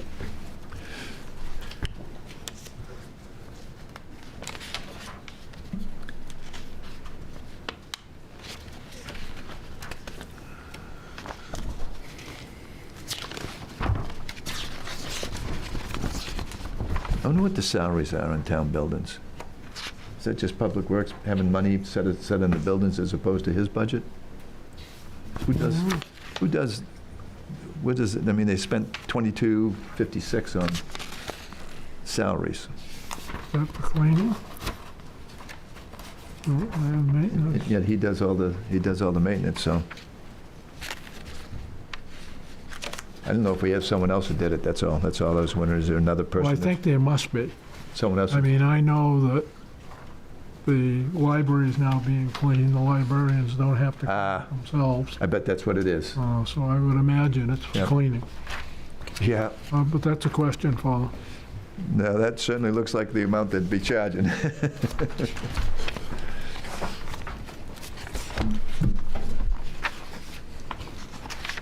All right, recreation.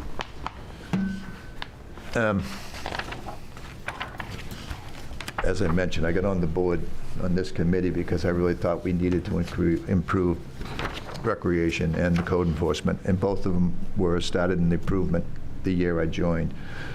But one thing I am wondering about is Tasseltop used to be an enterprise account, and I think, do everyone understand enterprise is where they have their own money that comes in, and it's kind of a flat funded thing. In other words, it doesn't cost the town pay it. The airport's an enterprise account. It doesn't cost Portland or anyone else to fund that. The airport funds itself. funds itself. Own economy. Sustaining. Tasseltop did it. But we've now moved it into a department. So what we have is a recreation department that is run in Tasseltop, and we just invested over $500,000 in the buildings. And yet, if they're going to be a department, I don't understand why the revenues stay there, like fire rescue goes into surplus. So I think somewhere along the line, we got to figure out, is it a department or is it an enterprise account?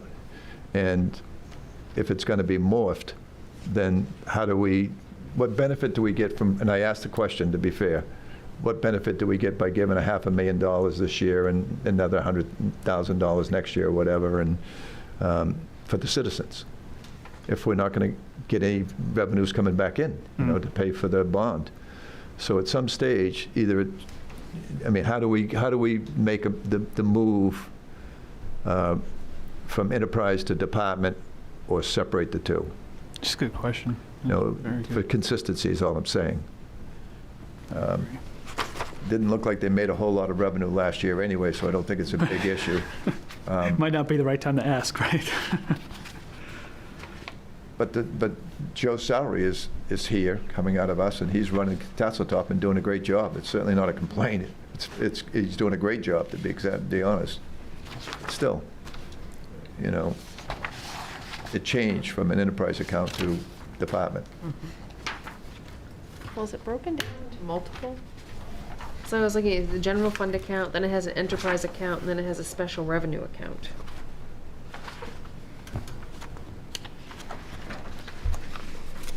Nice.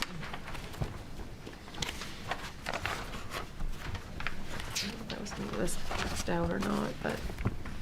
Anybody else? I have it. You do, okay.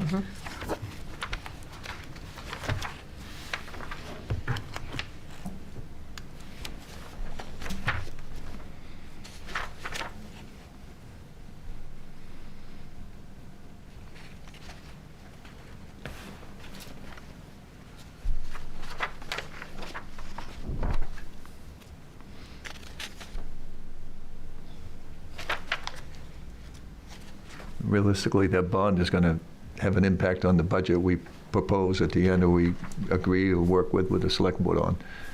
It's just the way it is.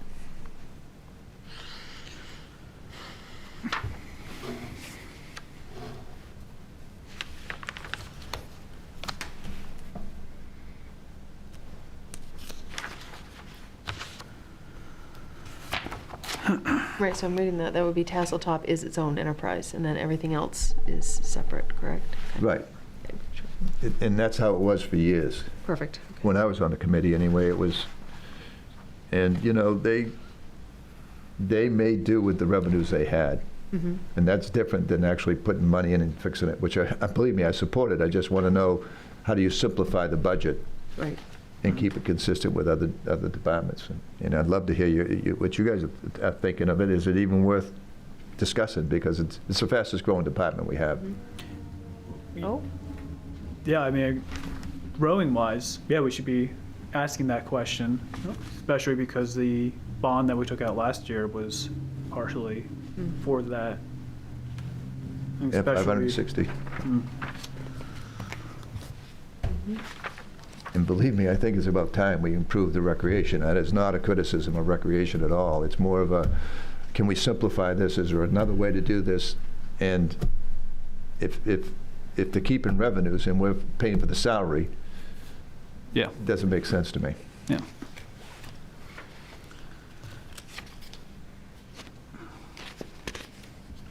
I mean, the increase in salaries alone is 34 with they're going to full-time.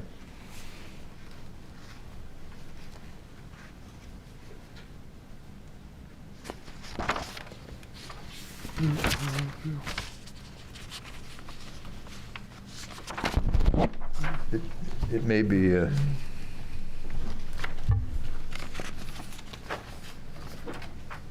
and it may be for a conversation after we meet with Joe and the board to see how they would, or actually, Cerise would probably have a better handle on that, what's going on with the revenues and stuff. And maybe I'm out of line. I'm just looking at things and saying, how do we get the money? How do we do creative things? As the select board said, we got to find, everything's on the table. Yeah. That's what their guidelines are. Did I understand it correctly at the last meeting when you were talking about this, that they're going to be building more cabins down there to rent? I didn't I have thought he mentioned that. He did. How many cabins are there now? I think there's 3 actual buildings. That's what I think. Yeah, the main one is, It's rented as one piece. Oh, yes, I mean, it's like, it's a chain. when you rent the cabin, you can sleep 8 or 10 people in the rental space. If we're adding more cabins, sounds like they're becoming an Airbnb. And that's how they're kind of treating it right now, isn't it? I think that when we did our tour of Tassel Top, Yep. I forget what they're, I mean, it's probably in here somewhere and under the revenues, but I forget how much they said they were renting out each cabin for, and those cabins don't have bathrooms in them. I think they're just, right? They're just. Well, there's a bathroom added between them now. They used to have to go out in the rain to use the bathroom, and when I was on the board, we connected them. Yeah. Okay, Well, they were connected the year it got done. Yeah. So, and they did a septic system. I think even Nathan did that. yeah, yeah. It's a good deal, and it's actually a wonderful asset for the town. It's just that, as a town taxpayer, we're not getting it back because you have to get in line to get there. You know, you literally, right. They're rented a year in advance. yeah. And I rented one. We rented one. That's why I got on the board. I said, I think we could get a toilet inside. So the main building is a living room and kitchen. Mm-hmm. And then there were 2 cottages, and they connected them. They put a connection in between. Gotcha. I think that's a future plan, though, to add more cabins, right? It's not, I think it is. That's what I thought. yeah, not I next heard. year, or not in the immediate future. Well, the question would be then, is it going to be, again, funded by the town, or is it the revenues? And at some stage, there has to be a decision on Right. if it's going to be a department. But self-sustaining, Yeah. it needs to be self-sustaining. Yeah, they're not going to, if they didn't make much last year, and the rain seems to be and I'm not trying to be negative, I'm really not. The place is great if you can get in. That's how great it is. People Yeah. line up to get in. It's beautiful. But, yeah, to have the town pay for more cottages so they have more revenue that they keep it just strikes me as either we're going to move it towards back to an enterprise account, or, you know, that $500,000, that's a lot we just invested. Yeah. And the priority was the garage, not another cabin. So I'm sure Joe has great plans and very, very ambitious. Yeah, he seems like a guy you can talk to. Oh, yeah. Yeah, I like him a lot. Yes. Cool. He has good vision, Yes. And very good. I like proactive people. Yes. All right. Moving on to CIP, is that right? Okay.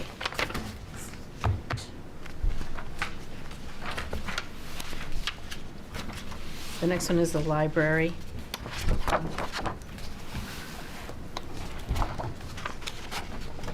I'm sorry, Karen? What'd you say? The next tab is the Oh, library. We skipped over it. Wow, he took a cut, I think. Yeah, he's He did the very tea- minimal. I think he was, Yeah. He was very conservative. right. Yeah, he read the tea leaves. He got it.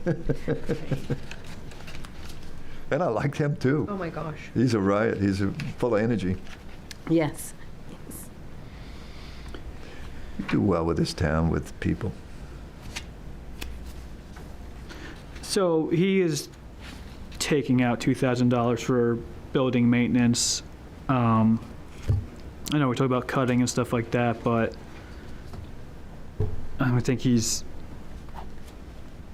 I don't know, he spent $631 this year. I don't know, maybe Where are you? building maintenance? Oh, wait, I'm sorry, am I on the wrong one?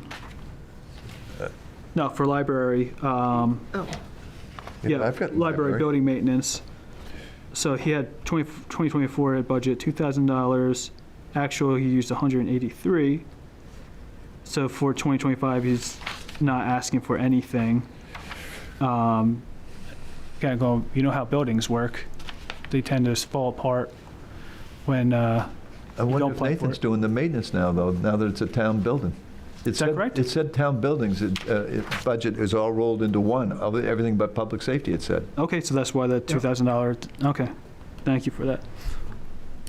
It may not be, I'm just saying, I'm assuming it is, because when they noted it on his town buildings, he put all buildings except public safety. And it says move to town building budget. Oh, you're down another sheet. There you go. Oh, And they there it moved is. that to One the, more page, that's all I had to go. Yeah, thank you.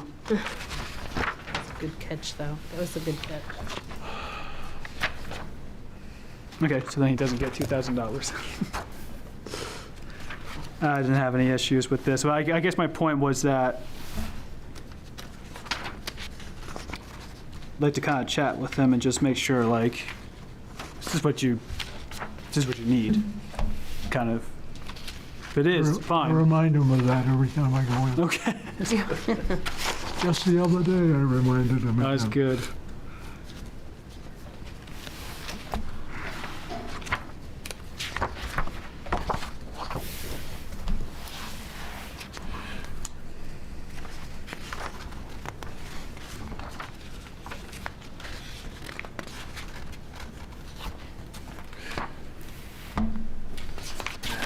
Now, well, you can get snowshoes there? Really?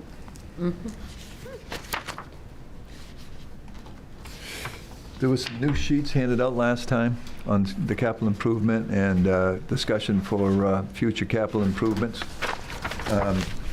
I kept mine out separate so I wouldn't get them mixed, but I don't know if she handed it the last meeting. I didn't get those. Oh, boy.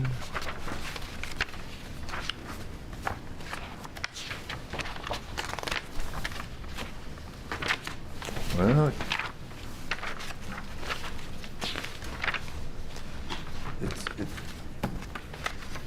well, one of them says add $100,000 to the roads, and it gives a list of, this is when we were asking for a capital improvement program. Yep. And I thought that everyone, I thought you handed it out to everyone, but maybe. I didn't get it. I don't know Well, what. I wasn't Is there. this what I'm looking at right now? And flipped over? No. Is that, what is it? Here, hand it down and just see, maybe, Or if this maybe is I've what I lost already, it. no, it's not. This is 2024. Oh, stuck it in here. I don't recall seeing that one.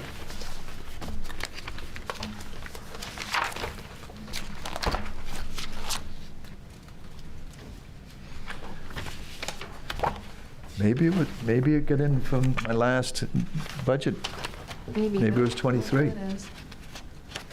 Yeah, the plan for budget year 2022, 2023 is as follows. Yeah, I'm sorry. Okay. The reason I brought, well, the reason I brought it up, It's like, the reason I brought it up is on the back page, it was the 100,000 for renovation of the school, consider putting it on the CIP plan, and then 100,000 towards the public works. So it had to be at the end of last year then that we got this, because there was no talk in the year before about it.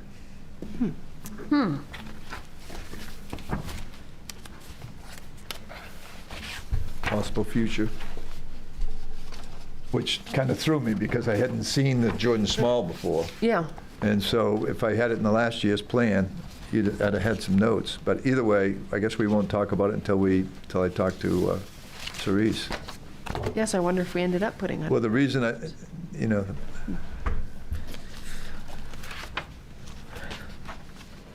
oh, you know what this could have been? We asked for the 5 years before.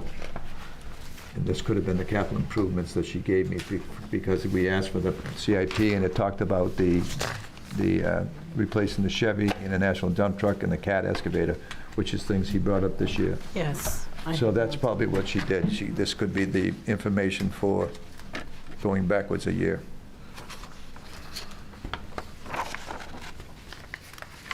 But it's interesting.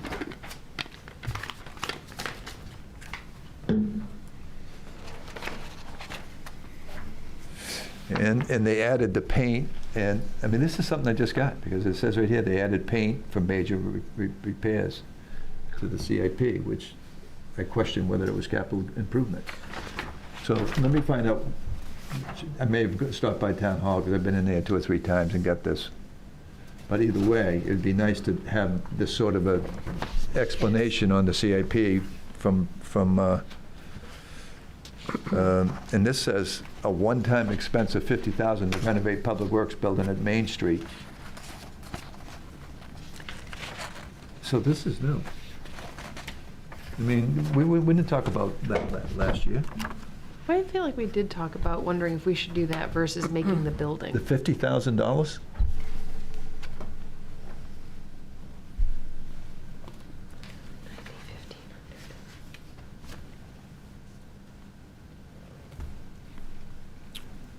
All right, let's just table that discussion. I'll take it into see Cerise tomorrow Okay. and just ask if this was the rears CIP that no one knew about, that we were trying to find out what was going on.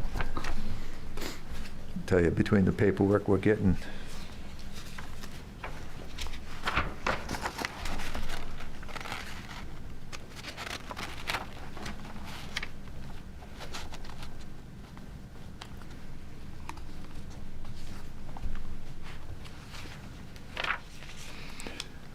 Oh, I do know this. Well, he was talking about the equipment. He talked, Nathan mentioned that there was $80,000 that was rolling over from last year from the reserve that he didn't use in that CIP. And there's no place in this budget that we could find it, but it does show up on the annual report in that book. And so I think if we're going to have an accurate feel, anything that's rolled over, whether it's, you just heard Kevin say that. Kevin said that it was, he had 150,000. And yet I can't find it anywhere here, and I don't, and I've been through this a couple times, too many times, actually. And then you heard Nathan said he was rolling over 80, and that there was another 20 or 30 that was part of a grant program for the generator. Once we're reimbursed, that'll be rolled over. So in order to have a true figure of what we're looking at, the reserve account or whatever they want to roll over is really kind of important to have on a current basis, not in the annual report that we see after we voted on things. We need to have a summary of all of the money that has rolled over in Right. all the departments. Right. Yep. So I almost feel like if I was looking at, the playground improvement, it showed expenditures of 56,000, where we had budgeted 35,000, yet it says fiscal year 23 fund balance of 62,600. So it shows that we weren't over. So I'm assuming that was money that had been rolled over, I guess. Say so. The reserves.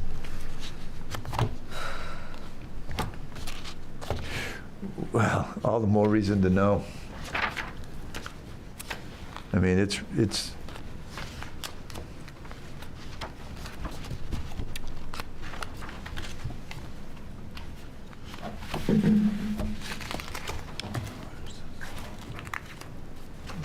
Got the 80. okay, so that's the 80. Didn't mention the 30, but yeah, this is where I actually wrote down reserve on it. When I was looking at this, it was really appreciated that this was added. But I still don't see anything in there for technology. Oh, 164? Yep. Yep, so there it goes, right there. This is the first time I've seen this in a budget. It wasn't there last year or the year Where is it? before. Well, you keep flipping, you get to the back side, and it's proposed budget. Flip. In here? It's No, just before, I'm sorry. Right after the first blue one. Oh, the technology, the Yep, 164,801. yep. So the explanation is actually, some of it's a reserve roll forward, balance, fund balance. Yep.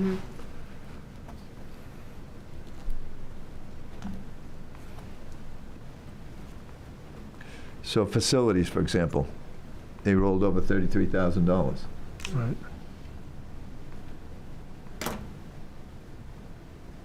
And there's 325 for the reevaluation. Yeah, that's building up to pay for it, and they're ready to do it.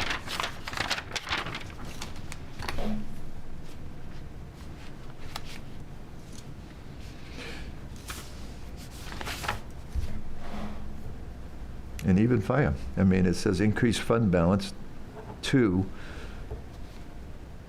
227. 228. Yep.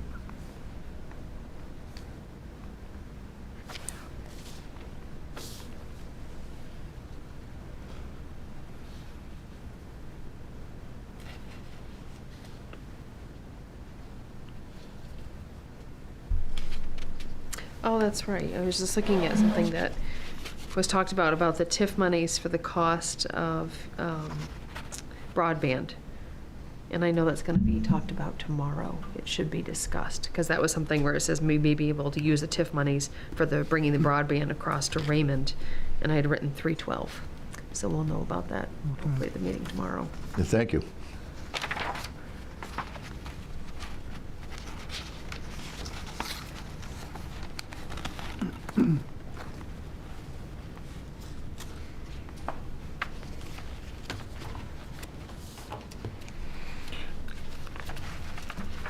Well, now Right, I'm so curious how much he things- has in paving in his budget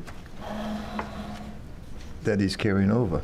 He's carrying over, for paving roads, he's carrying over 160,000. Where do you see that? Well, I'm wondering in the paving under his operation. Stuff down here? This stuff right here, yeah. I don't have, I don't see that. That is on, if we go. Oh, paving roads. Yep. That- Yeah, and I'm Right. trying to think, I thought we talked sort of a little bit about the fact it was so rainy that they didn't pave as much, but I don't recall, That sounds about right. right? Because it was just really icky and. They ran out of time. Right. Which we may be having again this year, as I listen to it outside. No doubt.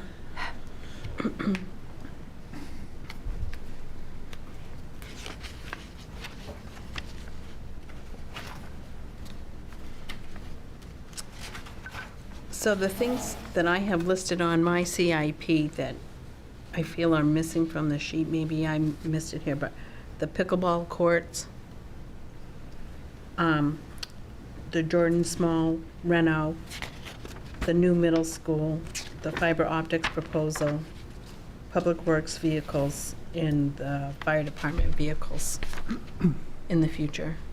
Oh, as part of the CIP? As part of the CIP, I think things that are need to be listed. Do you have any other ideas? What needs to be here?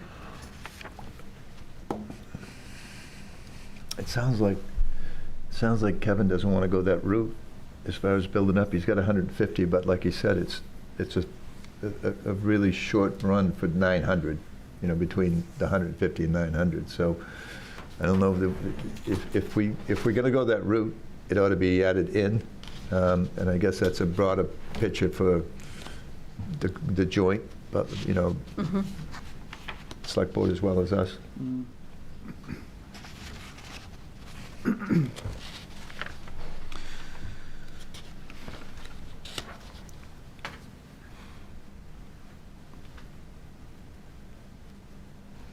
And do we want to start talking about the trash cans? As far as, are we moving in that direction? And if it isn't, only 60,000 or something like that, or whatever the price was. He did say it, but it was kind of futuristic. But if it's going to be 160,000, I guess he could take it out of his capital and put that 225, but it sounds to me like he's got trucks lined up now. Yeah, I was going to ask, are we going to sell any of those old, like, that's the question I would have, is are we going to sell any of those old trucks to finance the new trucks? I mean, obviously, there's going to be a huge cost difference between old and new, but how are we going to afford those trucks? Forget the trash cans, but just the trucks themselves. Did you say that we have some trucks? Well, he's talking about replacing some, but he's also said that one of them, if he just maintains it, it'll be a backup truck. And so I think that, you know, that's pretty creative thinking. If you have a backup truck that's you're not going to get much out of, and it can go in the line as if they've been well maintained. So he'd have to explain that. Again, you know, I didn't even know it was part of the process last year. Be interesting to know even how he got approval. Does he go through the town manager or the select board, or, you know, for a $170,000 expenditure, even though he has a 225? It's, you know, I know they sell stuff when they have to get rid of it, but they don't usually pick up a lot of money. I also know when they bonded out, they brought the 3 new dump trucks in 2018. I used to pay attention a lot more to the select board and the finance committee, but that $470,000 he took out of surplus, and he still kept his $225,000 reserve, or the CAP. So there's a lot of flexibility with public works. But maybe the trash cans is just a matter of just saying how much are they now, and is it going to be a $200,000 expense as opposed to a $40,000 expense? Be interesting to know even how many houses there are in town for trash cans. You know, I think we did we say 3,500 homes, I believe, in Raymond? I think so. That would be a fine question for our committee, that's for sure. But I want to say it was 3,500 houses. times 2. Yeah, trash and recycling.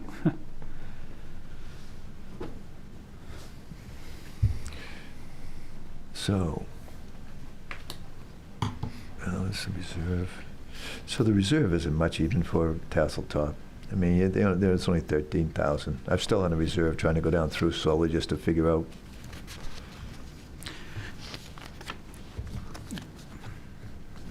Do we have, and I might be missing it, it might be super obvious.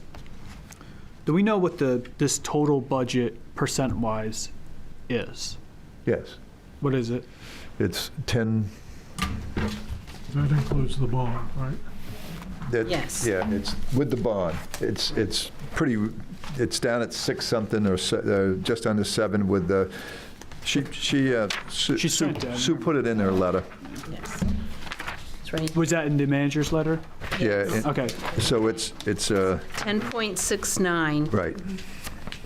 Proposing an overall increase of 10.69, or $714,536, $276,000 of which is the bond payment approved at last year's town meeting.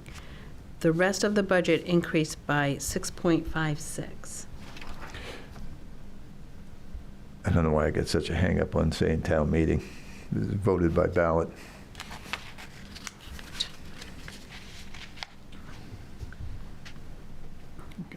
I do remember seeing it, I just couldn't remember where I saw it at. Sure. Well, I mean, we can say it's only 6.56 without the bond, but it truly is 10.69. And so the real question is what the goal is going to be to get it down to. Yeah. Or do we just let it go through because the bond is what's really driving it? And it's 4%. I want to issue a correction too, if I can go on the record here. I had made the statement that 2013 bond interest was 2,500 and then 850, but thinking back, that's because we're at the end of the term, as opposed to the 2023 bond, which is $46,000 interest. So the interest goes down and as you get to the end of it. So just want to issue that correction. So it was kind of silly, but. There's a lot to this. I mean, we're going to make mistakes, and that's why there's 6, 7 of us. It's a lot to digest. It really is, and I've been Really trying Yeah. more this year than even last year. I was kind of casual, and I just thought it was all going to work out until it didn't. Okay. Yeah, it's curious to know. I mean, this is a big, I mean, we've looked over this everything, and we looked at you know, I mean, budgets on paper look fine, but it's like, hey, if we're gonna cut, where are they coming from? That's gonna be the, I mean, if we're having a hard time now, like going through that process of like, hey, if the selectmen want to keep it at 5, which is what, I'm only saying that because that's what they were at last year, how are we gonna cut that? Where's it coming from? I just can't believe they'll be that unrealistic this year. There's some bare bones in here. Yeah. You know, and if this cut's coming, it's got to be out of the ones that haven't been even spent this year. You know, it's realistically. And you know, it's interesting with the playground equipment. You know, you mentioned that it was 56,000. Every year it's been 35. So it rolled over and they used 56. It'd be curious where they've seen it. I've taken my grandkids out a couple times. I know they were putting some stuff down to Main Street, but I don't know, maybe that Little League shack there, dugout, maybe that was part of it too before it blew over. That was new. So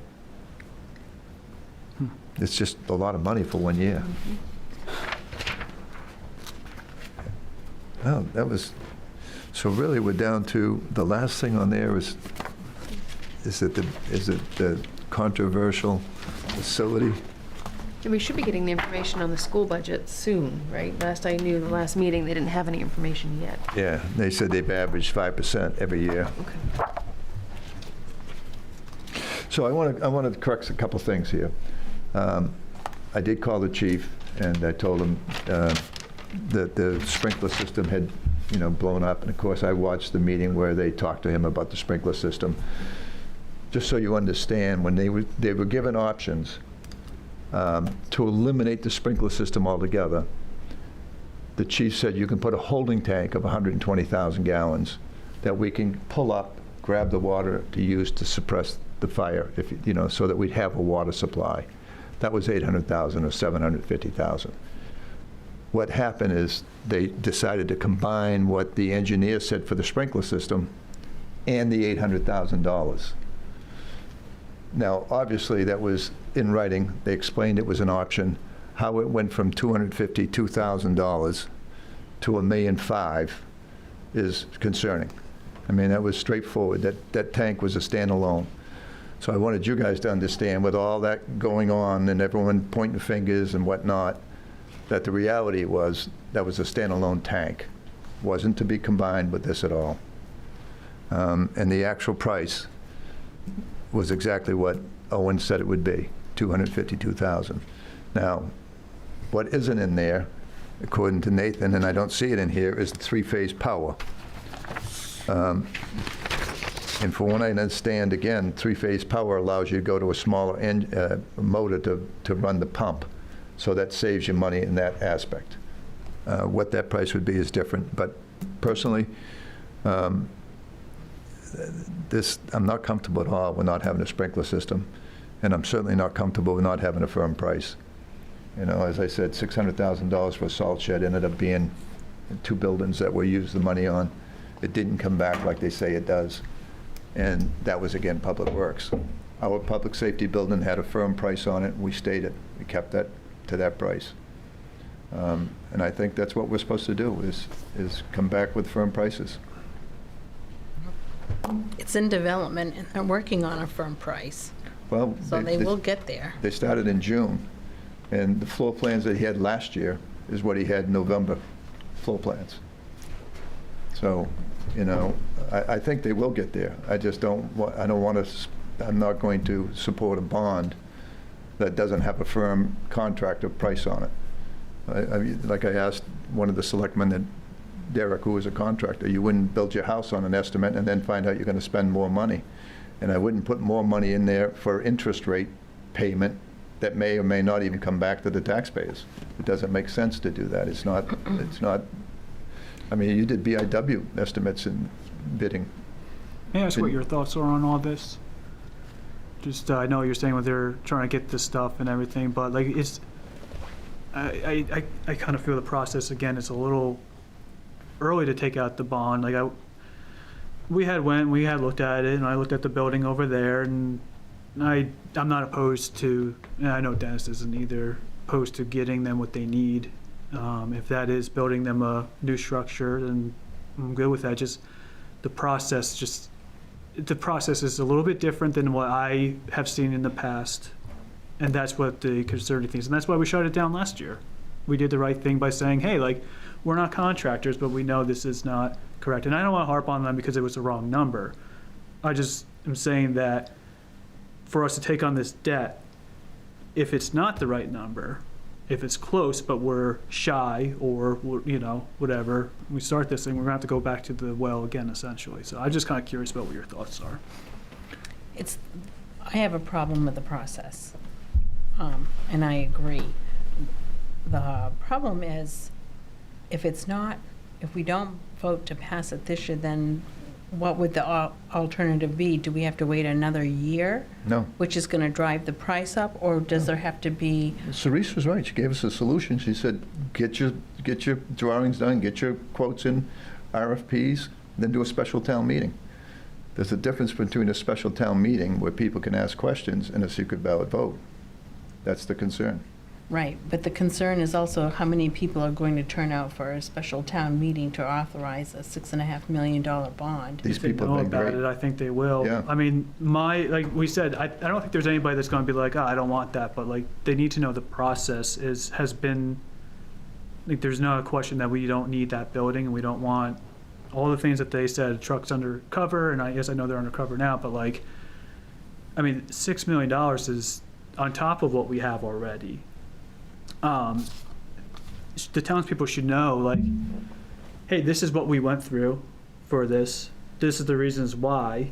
Because just like I said, if somebody comes to me and says, hey, why did you vote on that $6 million project? And I'm supposed to be like, well, I mean, it sounded kind of good at the time, you know? Yeah, in my opinion, we need it, but that's my opinion on what I laid eyes on. I think more people would come out to that meeting than have actually been in. Oh, they filled the place with the public safety building. Frank and I were there. Frank got up and spoke. The place was filled. That was $1.2 million. These town people are very bright people. Yep, they just need to know that. I was talking to someone yesterday about the building, and he goes, what are you talking about?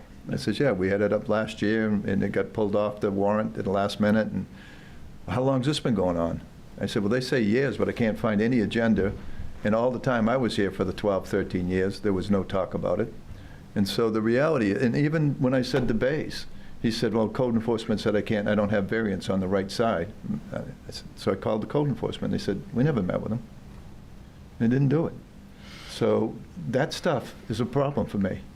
The process is The making process me nervous. is- And again, I don't think anybody doesn't want this. I don't think that the price is inaccurate I mean, this is kind of what I had suspected last year.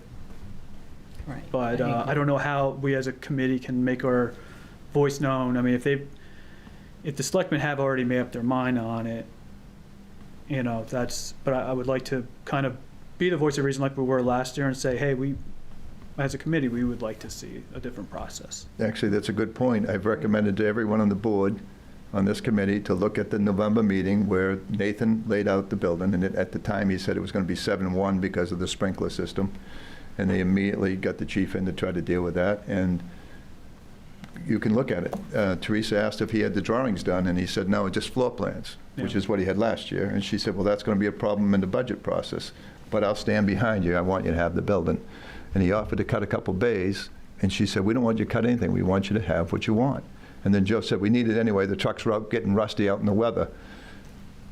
The last meeting, Joe found out that the trucks aren't out in the weather. They're in that salt shed, out of the weather. And so I think that tells me a lot when people are saying we need to get the trucks covered, and they are covered.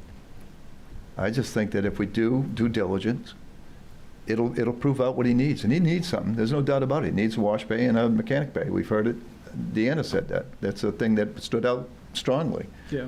Well, No one's opposed to giving him what he needs. Also, the other funny thing is, I'm not opposed to this number if it needs to be higher to do the right thing, which is, I mean, from what I'm hearing, stuff like that, to sprinkle and stuff like that, it makes a lot more sense to have sprinklers than it would be for the fire guys to come in and then pump, especially if you're dealing with gasoline and that kind of thing. And I know some of the selectmen were saying, well, the fire chief said it's not necessary, but I think it's a very strong point.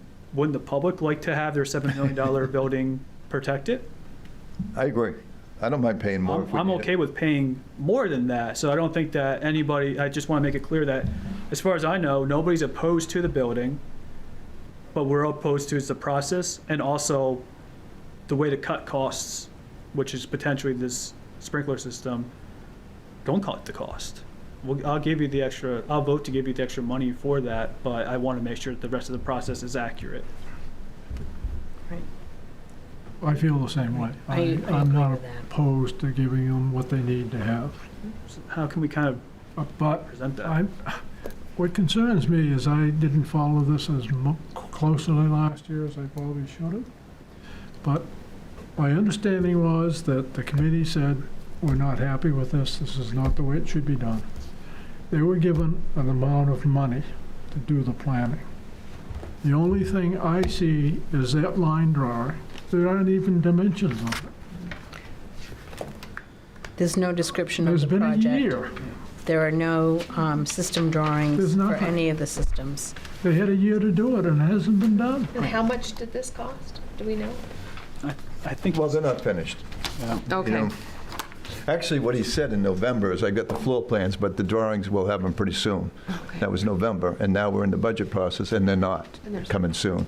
I Yeah, really think what we have to do is get Owen in, because he's the engineer that helped me with my public safety building, and I will tell you this, the needs assessment, I eliminated Bay, because after we did the needs assessment with a professional, we didn't need it.